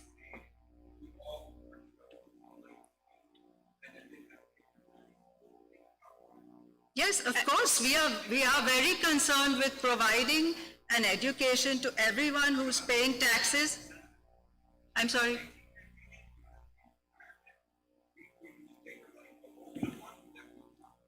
Sorry, you already had your chance to speak. I'm sorry, what? You already had your chance to speak already, too. Ma'am, you're out of order. I don't want to have people escorted out of the building, but this is not public commentary. I have acknowledged all of you. I've listened to all of you the best I could, and I'm totally 100% with you in every possible way. But trust me, look at the hospitals, how they've been going on a roller coaster ride, open for everything, open for this, open for that, and how much COVID spreads. We have to be, okay, we have to be careful with the students, and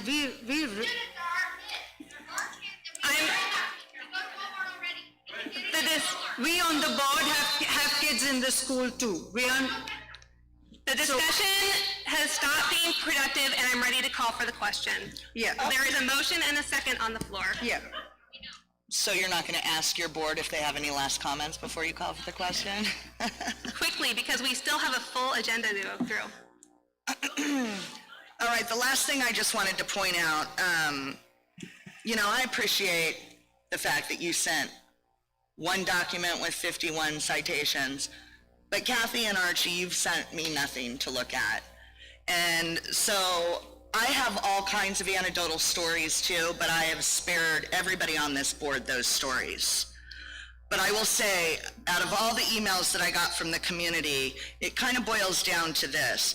2 medical physicians in this town, both with high school students. One, totally all for going back to school yesterday.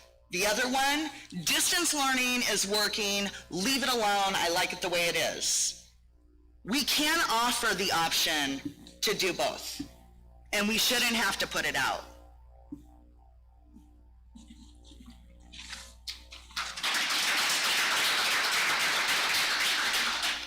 I think we are offering exactly that option. With the hybrid, you go to school, and then that's in 3 weeks. 3 more weeks. You can't put these things together like that overnight. I wish we could. Yes. Okay, and since you've read or referred to an email that actually jogged my memory that I received an email from a student. I'm not going to force the question, but I am curious to know if he responded to this, and I told him that I would read it, and that's why I'm reading it. I have a question for the board. I'm leaving his name out of it because he's a minor and he asked me to. I have a question for the board, particularly for Mrs. Cohen. I'm a junior at LHHS. I was born in Lake Havasu, attended Starline and Thunderbolt. I'm a member of NHS and Key Club. I've volunteered at ASU math camps and science camps for the past 3 years. I run cross country and play baseball and soccer for the high school. I hope to study software engineering when I go to college. I have type 1 diabetes, an autoimmune disease that affects my ability to fight infections. I want to go back to school, but in order for that to happen, I have to wear a mask, and my classmates must as well. My question is, am I an acceptable casualty?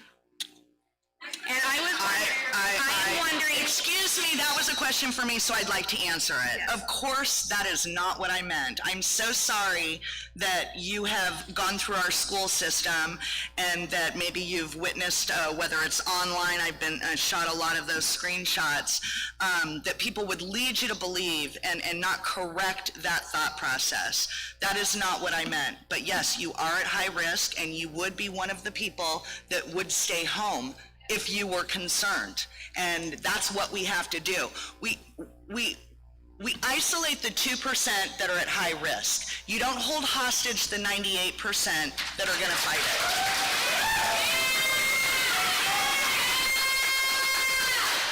And does your definition of holding hostage include wearing masks? I'm not going to get into that. Everybody knows my stance on masks. This is a personal preference. You know, I'm not operating the schools.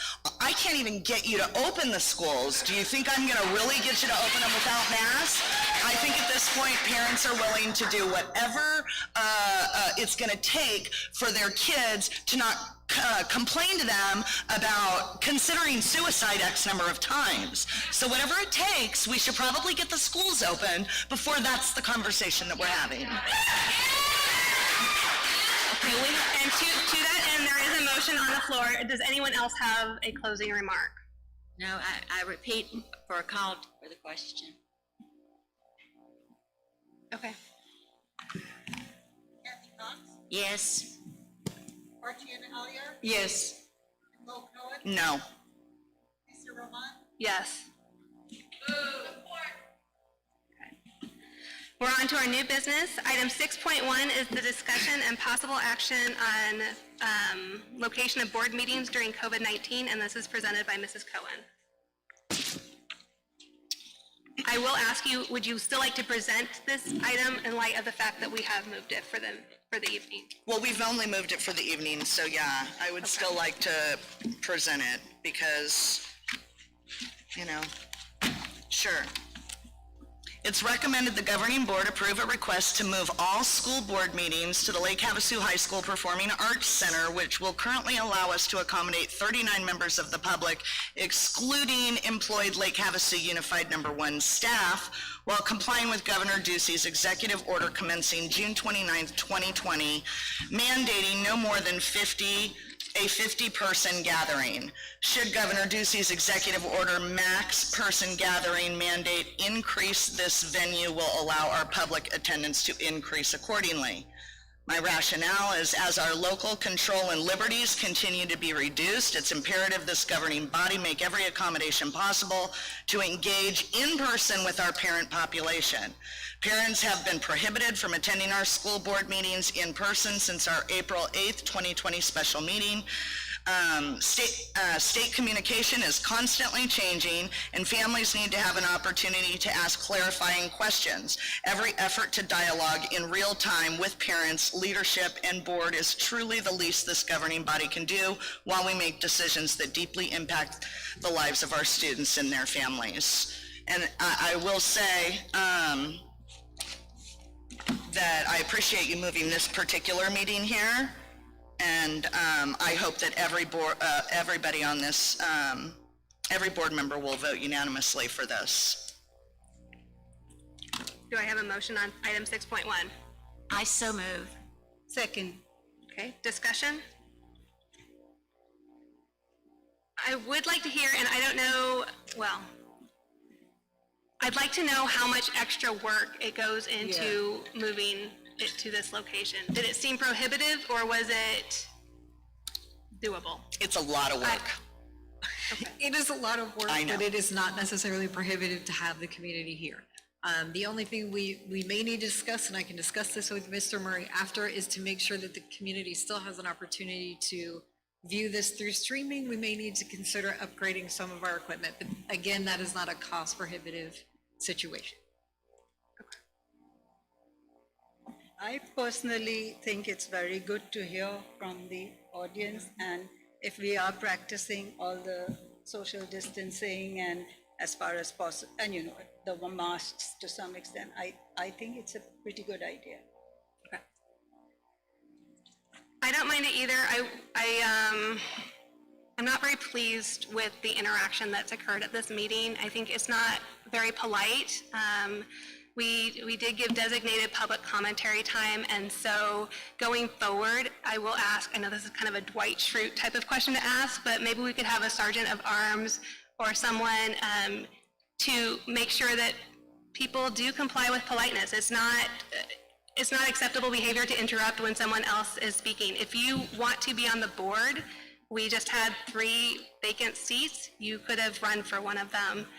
And so the idea that it's okay to sit in the audience and heckle while other people are trying to finish their thoughts, that's not okay. You wouldn't accept that from your own children, I don't think, and you should not be modeling that behavior for them.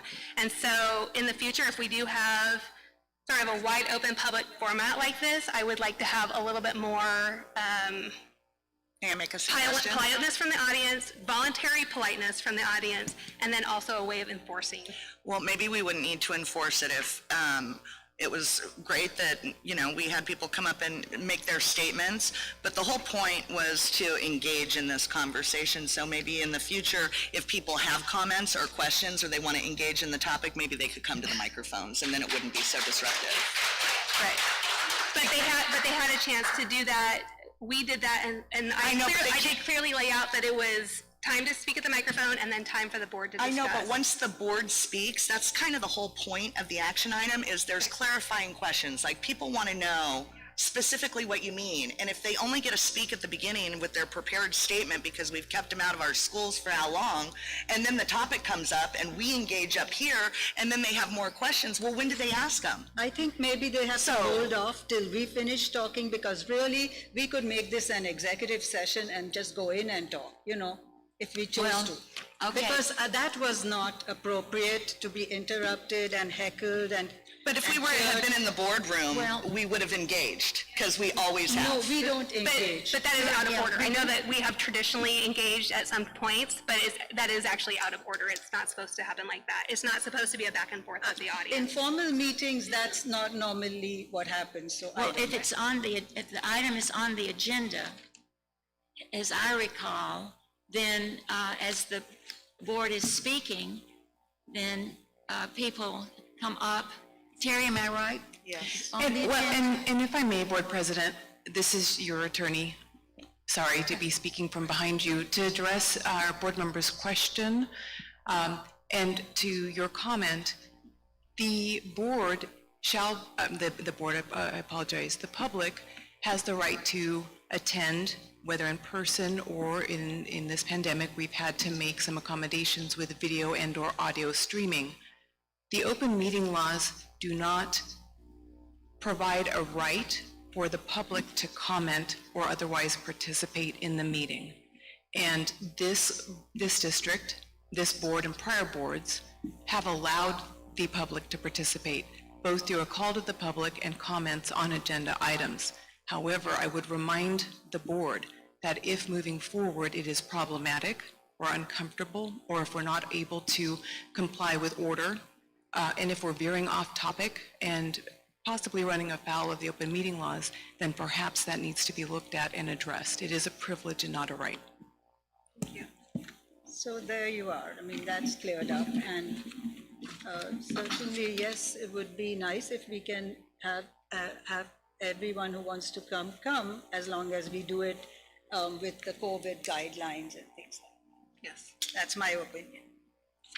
I will vote for this, but I would like some ability to, as our legal counsel just suggested, make sure that our meetings are conducted in an orderly fashion. Yeah. Any other discussion? Okay. Yes. Yes. Yes. Yes. Item 6.2 is the approval of agreement between Lake Havasu Unified School District Number 1 and Mojave County Community College District for educational programs. And this was submitted by Mr. Becker and Mr. Murray. Madam President, Mr. Becker is not in attendance tonight, so I will go ahead and read. Madam President, members of the board, it is recommended the governing board approve the intergovernmental agreement between Lake Havasu Unified School District and Mojave Community College for dual enrollment courses Approval for this agreement will allow dual enrollment with Mojave Community College and Lake Havasu High School. Dual enrollment provides high school juniors and seniors with not only high school credits, which count toward high school graduation, but with college credits while they are enrolled in high school. High school students will be able to take Mojave Community College courses using MCC curricula and textbooks. Classes will be taught at the high school during the school day by qualified high school instructors who are employed at Lake Havasu High School. Dual enrollment provides free college tuition for high school students who are able to take these classes and makes it possible for a graduating high school senior to have completed at least 1 year's worth of college credit by the end of his or her high school career, thus saving the student both time and money. The agreement was reviewed and approved by the district's legal counsel as to form, and a copy was sent electronically to the governing board for review prior to the meeting. Okay, do I have a motion on item 6.2? So moved. Second. Discussion or questions?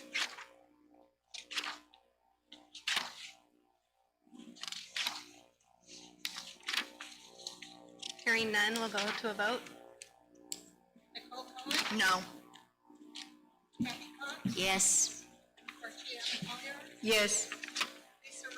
Yes. Item 6.3 is the approval of food program permanent service agreement, and this is presented by Mr. Murray. Thank you, Madam President, members of the board. It is recommended the governing board approve the food program permanent service agreement to reflect the change of superintendent to Dr. Rebecca Stone. The governing board is asked to approve the food program permanent service agreement to reflect the superintendent change from Diana Asire to Dr. Rebecca Stone. This agreement was presented and has been previously approved by the Arizona Department of Education in July of 2020, and the agreement was emailed to the governing board prior to this meeting. The original service agreement, just to note, was brought before the board on June 16th, where at that time, Diana Asire, who was still superintendent, was listed, and now because of the superintendent change, as stated in the action item, that needs to come back before you for that name change. Thank you. Do I have a motion on item 6.3? I move we approve 6.3 as presented. Second. Any discussion? Okay. Yes. Yes. Yes. Yes. If you are in the audience and you are having a conversation, a side conversation right now, I would ask that you would leave the auditorium to have your conversation. Item 6.4 is the temporary revisions to policies GCCG-EA and GCC-EB, professional staff voluntary transfer of accrued sick leave, and regulation GDF-RB, support staff hiring. And this is presented by Mrs. Vestadagel. Madam President and Governing Board, it is recommended the Governing Board approve temporary revisions to policy GCCG and GCCG regarding professional and support staff voluntary transfer of accrued sick leave and regulation GDF-RB, support staff hiring until June 30th, 2021. The board voted previously to make temporary revisions to policies affecting sick leave. The temporary revisions will end December 31st, 2020. We're requesting to extend this temporary revision through the end of the year. LHUSD is looking to support staff who is in need of additional sick leave. This leave is separate from the leave that is required under the FFCRA, which entitles staff with qualifying reasons to an additional 10 days of pay. Currently, according to regulation GDF-RB, support staff must wait 90 days and pass probation before using accrued and earned sick leave. We are requesting to waive this waiting period. We are requesting that adjustments to policies GCCG and GDCG sick leave bank. We will increase the limits on sick leave donations and allow staff to donate up to 10 days if they have at least 30 days of sick leave, 20 days if they have at least 60 days, and 30 days if they have at least 90 days accrued. Currently, there's a 100-day maximum on sick leave bank usage. We will lift this maximum for those who are in need of extra days related to their illness. The superintendent or superintendent's designee can grant an exception to go beyond the 100 days for a staff member. There are a number of staff members who are out with serious illnesses this year and who are nearing their limit. Do I have a motion on item 6.4? I move to approve item 6.4 as read. I second. Any discussion or questions? So the temporary revisions end December 31st, 2020, before our high schoolers even go back full-time, and the whole premise is that this is for coronavirus, in case they get sick. Doesn't that seem odd?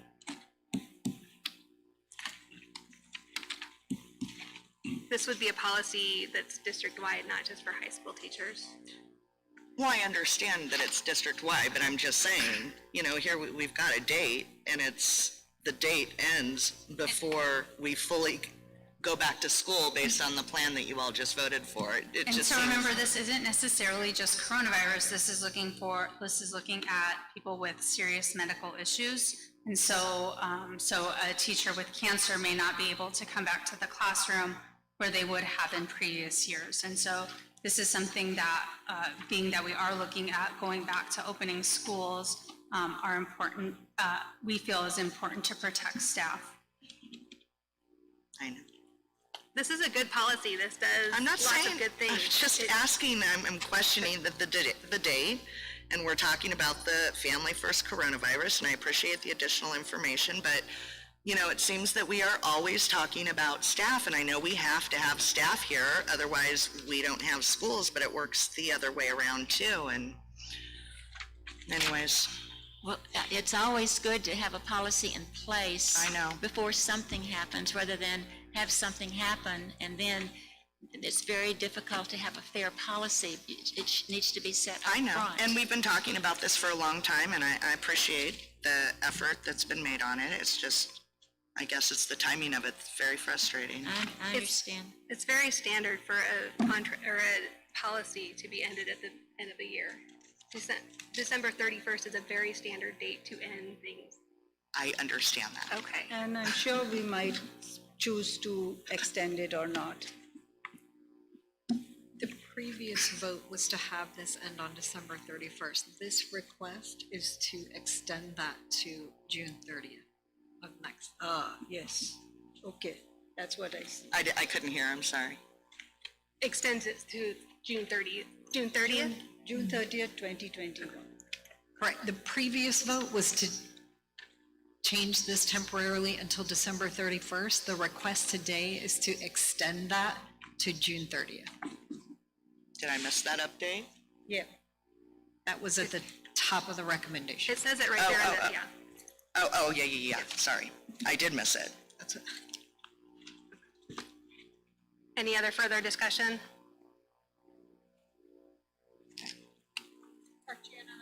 Yes. Yes. Yes. Yes. Item 6.5 is the approval of sole source N2Y LLC for online curriculum, and this is presented by Mrs. Wolter. Madam President, members of the board, it is recommended that the governing board approve N2Y LLC as a sole source and exclusive copyright owner and publisher of unique learning system products not to exceed $10,000. Due to the COVID pandemic, we need to offer parental choice in how children access and engage in learning this year. Unique Learning Systems, known as ULS, curriculum has been used in a paper format in the Student Development Center, classrooms, and the preschool for individualized instruction and intervention for children with cognitive impairment and intellectual disabilities. ULS allows students to access the instructional materials virtually and supports teachers in being able to better progress monitor during the distance or remote learning. N2Y LLC is the only authorized commercial provider of ULS and customer support for the implementation training of the ULS program, grades pre through 12 transition. This will be paid with funds from the federal ESSER grant. This has been approved by the business department and will not exceed $10,000. Do I have a motion on item 6.5? I move we approve. 6.5, okay. Yeah. I second. Okay. Discussion or questions? Yes, have we used this before? We have. It's been a couple years since we've used the online version. We have been using the pencil paper curriculum for a couple years. But with us changing to distance learning, some of our parents have requested PLP, and it's not an appropriate format for our students with severe cognitive. This will allow them to be able to online access and not have that requirement of that pencil paper packet. Does it normally cost us about 10,000 or? It actually is about $560 per classroom, but because we have so many teachers throughout the district, this is allowing that pre through 12. So that all of our SDC classrooms will have that opportunity, including our preschool. And was this, did that happen in previous years or was it different? In previous years, we didn't have to purchase as many licenses because we didn't have as many students that were potentially going to access the program, because they are capped at 15 students within that program. Good. Thank you. Any further discussion?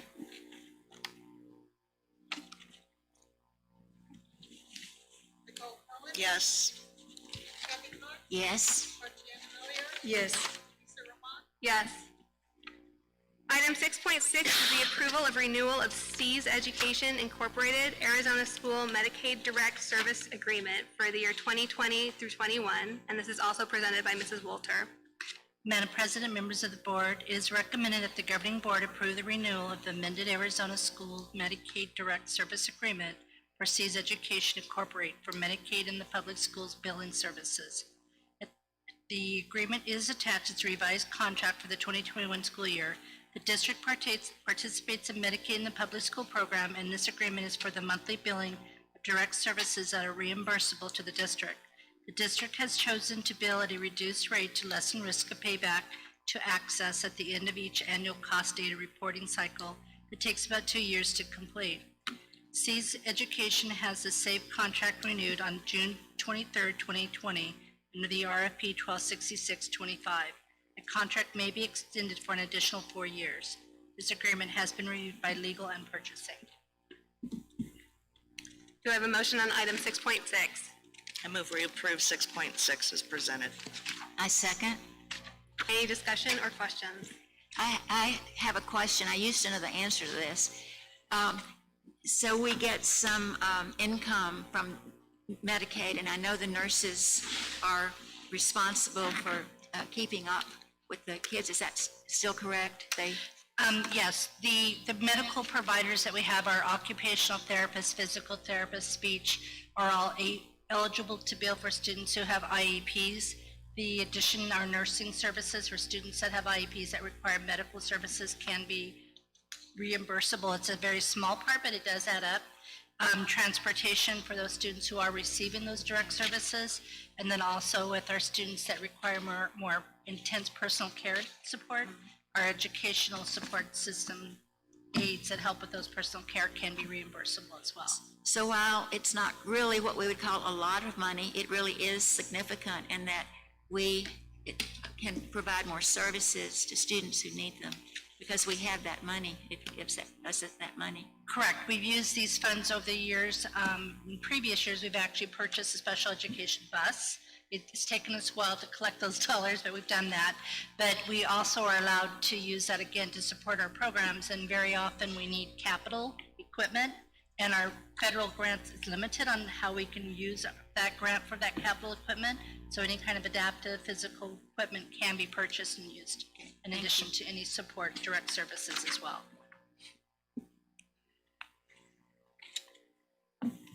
Any other further discussion?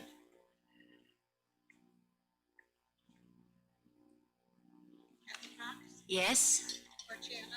Yes. Yes. Yes. Item 6.7 is the approval of pay for performance plan for school year 2020 through 21, and this is presented by Mrs. Besta-Daigle. Madam President and Governing Board, it is recommended that the Governing Board approve the following performance pay plan for 2021, aka the Classroom Site Fund. LHUSD has high expectations for students, teachers, and administrators. In that context, the LHUSD performance plan is designed to compensate teachers for attainment of school goals as well as individual performance. This year, LHUSD District 301 Committee met to review this framework and made no significant revisions. A full copy of the document will be forwarded to the board electronically. Members of the LHUSD Committee are listed below. As mandated by the state, this plan must be approved by the Governing Board each year. A copy of the performance pay plan was emailed to the governing board. Okay, do I have a motion on item 6.7?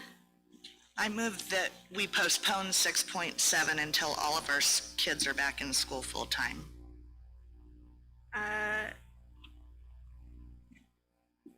Is there a second on that motion? Motion dies for a lack of second. Is there another motion on item 6.7? So moved. Seconded. Okay. Discussion or questions? I think this is beyond outrageous, that this is not new, I know that.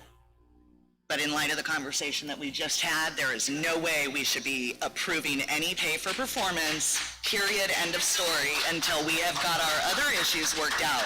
This is truly outrageous. And it's not that the teachers don't deserve the pay for performance, but the purpose of it, as stated in the document, of the teacher performance pay plan is to reward teachers for outstanding student performance, enhance collegiality, increase parent involvement and communication, and improve school and community relations, promote continuous professional development. 72% of our parents want in-person learning, or 72% that responded, and we're pushing that off. We've made all kinds of provisions for teachers. This is not appropriate at this time. But the work that you're citing, the whole promoting classroom performance, those things can happen online. The teachers are working to increase their students' performance. Okay, we just read one letter after another, and yes, we had some that it works for, but the vast majority, it does not work for them online. So the idea that we're going to reward this while we have kids suffering, while we have parents suffering, it seems wrong. I think even teachers would agree. That doesn't mean it doesn't get approved, but let's at least get back into the classroom before this is discussed. It's almost insulting. So I understand that we're on a schedule. I see the schedule here, but this really, putting off approval of this pay for performance, in my opinion, does nothing to upset the schedule. And so my only, and I absolutely agree, and I almost sat on this for a month, but here's my reasoning of why I brought it forward. Every site still needs to bring their goals forward, and if I didn't bring this forward, then I was keeping them from approving their goals. And their goals are specific, their goals are specific to how they're going to assess students, what type of professional development they're going to do, what they're going to be doing with parents. And so by not approving the framework now, I was not allowing the sites to start having those conversations. But I absolutely agree with you. The timing of this, I didn't want to. I wanted to sit till September. It just didn't then give the sites who have to start talking about, are we going to pre-test with MAP or Galileo or whatever the thing is that they're gonna do, they have to start planning it now, because the reality is there are kids that are going to be back in 3 weeks. And so that was why it's here. And they can still have those conversations. This does not prevent them from having those conversations. It just seems really inappropriate tonight to approve this. We really should wait until September. It's not going to throw everything off. If this was something different, like, of urgent nature, I can see where you have no other choice, but I mean, seriously. It may not be urgent, but I don't see any reason to hold it up either. And as Mrs. Vestadado just pointed out, there's still a lot of planning that's going on behind the scenes. There's no reason to necessarily gum up the works. I don't see any reason to delay approving this. The other thing I would like to say, you brought up distance learning and how dissatisfied people are. It is axiomatic in customer service that you don't hear very often from your satisfied customers. You almost always hear from your dissatisfied ones. And so yes, I have received emails and heard some of testimony in this room from people who are not happy with the way distance learning is working. And I feel for them. I hope that their experience improves over time. I would like to remind them that the first couple of weeks of any school year are rocky. But I also think that there is a large unheard from population in our community that actually is doing very well with the distance learning. I heard from a couple people via phone and email over this weekend, and I actually was glad to hear them because I was beginning to wonder if we were the only family that actually really likes it. I have 3 children. They're all using the program, and they are thriving with it. And they're being challenged without being overwhelmed, which I believe is the whole, kind of the sweet spot for a teacher. So I did want to say that just because you brought up how distance learning isn't getting the job done. I think for many families it is, and they deserve to be heard from as well. This 301. Okay, well, let's get teachers into in line. specifics then, if you want to talk about it. Let's get into the specifics of my next problem with it then. Page 14, page 14. How Educators Rising is now going to partner with the NEA, with the union, and everybody wants to talk to me about how I'm politicizing our schools. And here we are, right here, marked into the extra money that we give all to our staff. I'm sorry, what document are you referring to?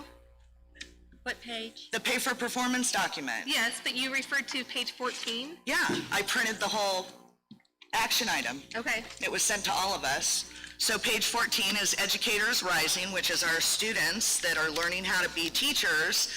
They're partnering with the NEA, which I have a problem with. That is politicizing it. The NEA is nothing but politics in our schools. And I have a huge problem with that we're actually going to reward for that.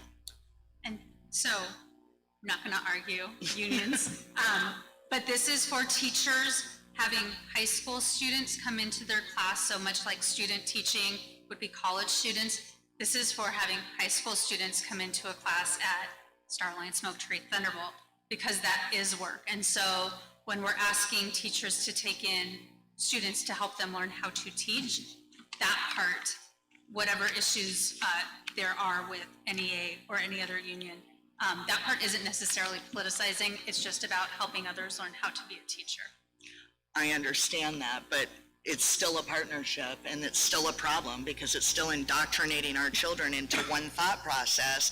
The very children that have grown up for the most part in this system want to become teachers to emulate the teachers that they know here, and then all of a sudden they're being used as a political pawn, and that's a big problem for me. That's not teaching them how to think for themselves when they're being thrown into that. So I think we should not be approving this on the original reason that I thought for this evening. You know, sometimes you show the community, it goes a long way when you don't constantly talk about everything that we're going to give teachers. I know teachers work hard. I know it's been hard. Some teachers emailed me, they were so upset that they actually accused me of saying a lot of things I didn't say. I said, I don't care how hard teachers are working right now. But again, the context of that was, here we were talking about parents and getting parents back into schools, and the conversation always goes back to the teachers. And I've been on the board since 2015, and there's been a lot of effort to take care of staff, a lot. And so sometimes it goes a long way in the community when that isn't the most important thing to talk about. And if it's not urgent, I don't see why we would add insult to injury tonight. Nothing gets thrown off by waiting until September. Everybody can still talk. Do you agree with that statement, Mrs. Vesta-Daigle? I mean, it just makes me say the same things again. So the reality is 301 is part of the funding formula that we have in Arizona to pay teachers the way that this district has done it. There's many districts that they build it into their base salary. This district has chosen not to do that. It gives the teachers all of it through performance pay. And so that's the mechanism that has been in this district for 19 years. And so this is, you know, it's part of how we say this is how you're going to be compensated. And so while yes, it's above and beyond, it's definitely a piece of the compensation game as to teachers. Again, and as to Nicole's concerns, I absolutely hear her. It's just a reality of no matter what, staff needs to be planning the things that they are going to be doing And ultimately, this is an important part of how we pay staff. Again, I would just renew my statement that it may not be urgent, but that doesn't mean we have to wait either, and I don't see any reason to wait. Any other discussion?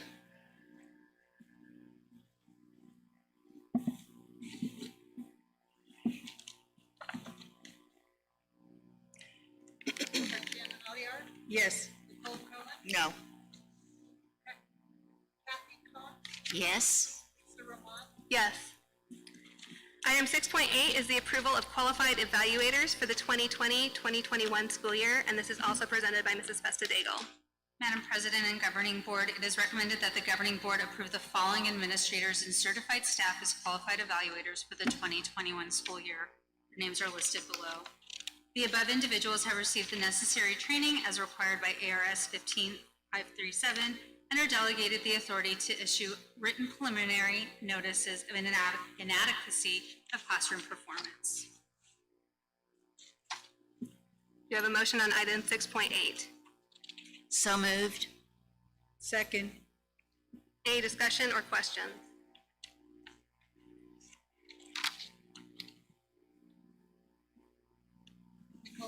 Yes. Yes. Yes. Yes. Item 6.9 is the first presentation and review of revised policies, and this is brought to us by Dr. Stone. Madam President, members of the board, it is recommended that the board approve the first presentation of the revised policies listed below for Arizona School Boards Association Policy Services Advisory for July 2020. So our policy advisory number 673, IHA, Basic Instructional Program. What they have added is in blue. September 25th in each year shall be observed as Sandra Day O'Connor Civic Celebration Day, which is not a legal holiday. On Sandra Day O'Connor Civic Celebration Day, each public school in this state shall dedicate the majority of the school day to civics education. If Sandra Day O'Connor Civic Celebration Day falls on a Saturday, Sunday, or other day when a public school is not in session, the preceding or following school day shall be observed in the public school as the holiday. The superintendent is directed to emphasize the use of the resources developed by the State Board of Education relating to civics education, which align with the academic standards in social studies pursuant to ARS 15-701 and 15-701.01. Policy advisory number 675, KB, parental involvement in education. The addition is number 19. Access to the Arizona Department of Education Statutory Handbook of Parental Rights, which is posted on the DOE website and is prominently posted on a publicly accessible portion of the district website with a link to the Statutory Handbook of Parental Rights with the title and sections as listed below. And those are A through I.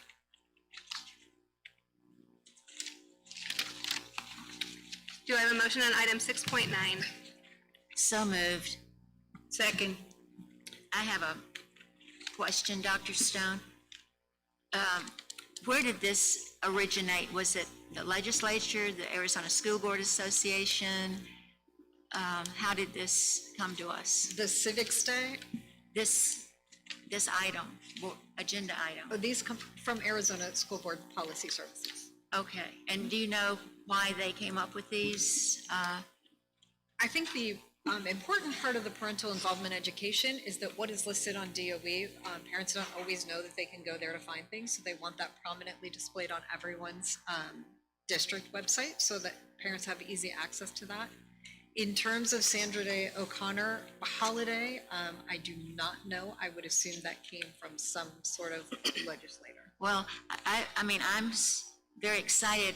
Any civics education, I don't think our students get enough. I mean, you can't just all of a sudden land in high school and have a semester of civics and be an educated citizen, to know your responsibilities and to know your rights and how to be a good citizen. So I think it's a great idea. I just couldn't help wonder where this came from. So that was my my only question. And we've always had a policy about parental involvement. Right. Any other discussion?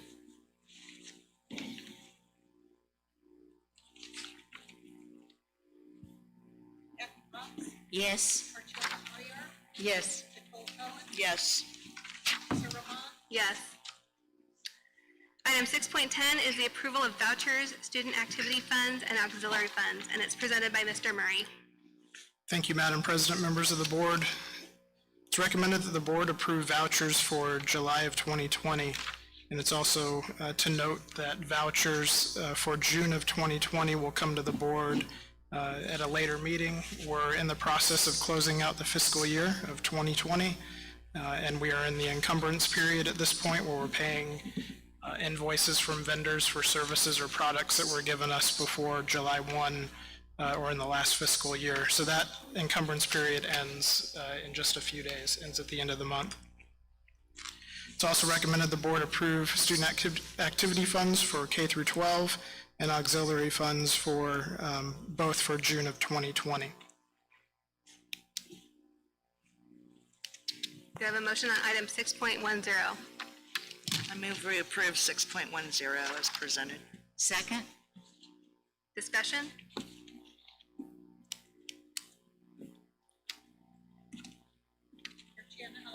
Yes. Yes. Yes. Yes. Item 6.11 is the presentation and review of policies ACA/ACA-R, sexual harassment, and ACAA/ACAA-R, Title IX, sexual harassment. And this is presented by Dr. Stone. Madam President, members of the board, it is recommended that the board suspend Governing Board Policy BGB, policy adoption, related to a first and second reading, and approve this presentation of revisions to revised policies ACA-R, sexual harassment, and ACAA-R, Title IX, sexual harassment. Per Arizona School Boards Association dated August 2020, Policy Advisory Number 677, Policy ACA and ACA-R, sexual harassment. Changes are made in the existing policy and regulation on sexual harassment to clarify that sexual harassment in the workplace is being addressed for the purpose of an employee complaint to the Equal Employment Opportunity Commission. Districts should note that the definition and standard of sexual harassment is different under this circumstance than under Title IX. The new policy advisory number 678 is policy ACAA and ACAA-R, Title IX, sexual harassment. Title IX is a federal civil rights law that was passed as part of the Education Amendments of 1972. It mandates that no person in the United States shall, on the basis of sex, be excluded from participation in, be denied the benefits of, or be subjected to discrimination under any education program or activity receiving federal financial assistance. Prior to the May 6, 2020 rule, Title IX did not refer to sexual harassment. However, the final rule regulations now define sexual harassment and establish detailed procedures for how school districts subject to Title IX must respond to allegations of sexual harassment. The conditions of the final rule are narrow in focus, and ASBA Policy Services recommends that member districts retain current policy documents that are related to non-discrimination and harassment and add the new policy and regulation. ACAA and ACAA-R, Title IX, sexual harassment, that are specific to the conditions of the final rule regulations. The new policy documents are intended to guide districts in the appropriate actions to take per Title IX regulations in response to any notice of sexual harassment or allegations of sexual harassment and in response to a formal complaint being filed. They also inform districts of documentation requirements included in the Title IX regulations, the need for confidentiality, and the prohibition on retaliation. Districts should review the procedures and specify reasonably prompt timeframes where necessary. As directed in the final rule, each district must publish a notice of non-discrimination on the district website and in any handbooks provided to students, parents, legal guardians, staff, classroom teacher associations, or other organizations associated with the district. Each district must prominently display the contact information for the Title IX coordinator in a similar manner, as well as its grievance procedures, including how to report or file a complaint of sex discrimination, how to report or file a formal complaint of sexual harassment, and how the district will respond. Title IX training is necessary and should be mandatory for all staff members, especially those who are involved in the response and documentation processes. Specific training components were not provided in the final rule, but rather left to districts to implement training in response to the conditions prescribed therein. I will go ahead and make the motion on this one. I move to suspend governing board policy BGB, policy adoption, related to a first and second reading, and approve this presentation of revised policies ACA/ACA-R, sexual harassment, and ACAA/ACAA-R, Title IX, sexual harassment, as presented. I second. Discussion or questions? So does this, I'm trying to read this, does this have to do with sports and the Supreme Court ruling? So Title IX has also come to be the policy used for sexual harassment, whether that be student to student, student to employee, employee to student. So it encompasses more than sports at this time, which is why they've really taken it out of one and made its own with some very clear guidelines on the definitions and the district having a clear policy for how is that complaint made and what is our process for going through it once it is made. We did specify also 2 Title IX coordinators, Ms. Festadego as employees are involved and Mr. Gardner as students may be involved. And what initiated this to be on our agenda? Was there, Nicole asked, a court case or? There was a final rule. This has been going through the court system. Okay. And there was a final rule provided that said all districts must abide by. Okay, I hadn't kept up with that. Okay. Any other discussion? Is this for Arizona? No, this is for Federal. Mrs. Aliar, I'm sorry, I didn't hear your question. I'm sorry, I asked, was this only for Arizona? She said no. Anything else from our board?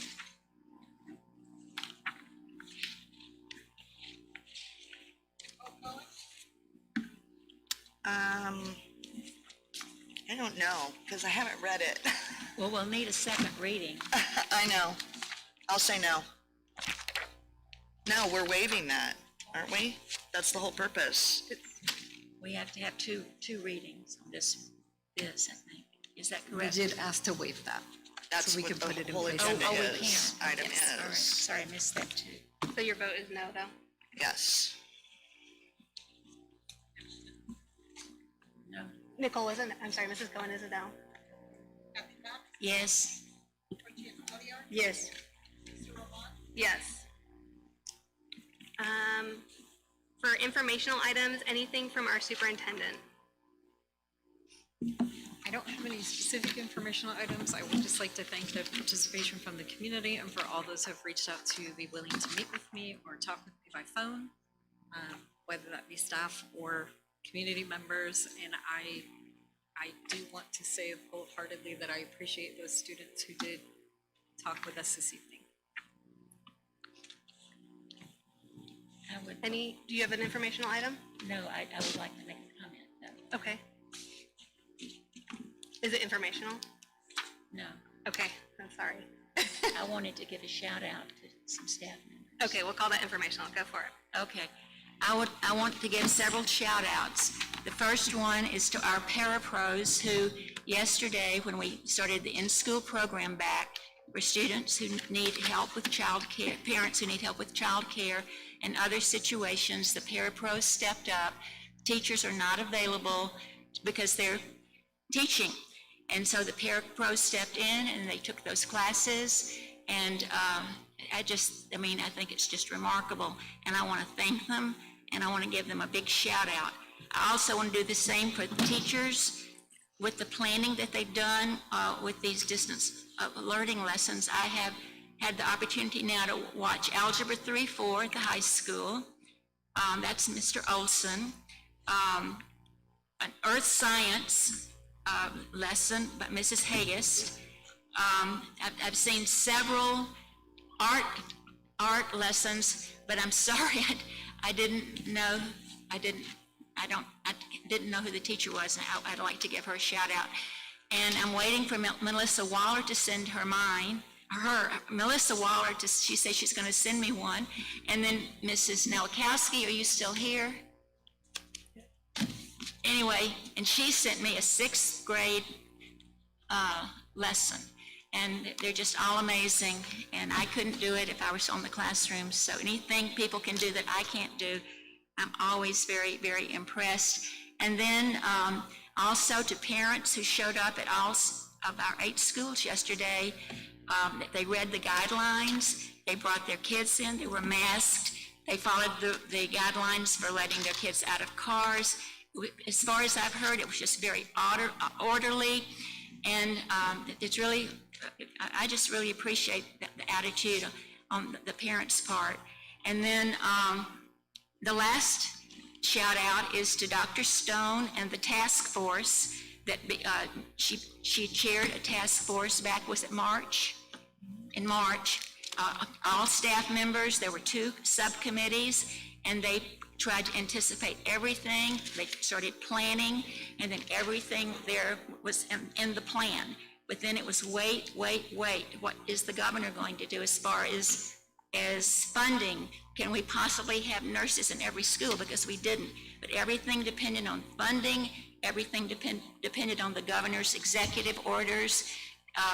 We didn't know that at that time we were going to have any local control. We thought it might all come from the governor. So we had to wait, and some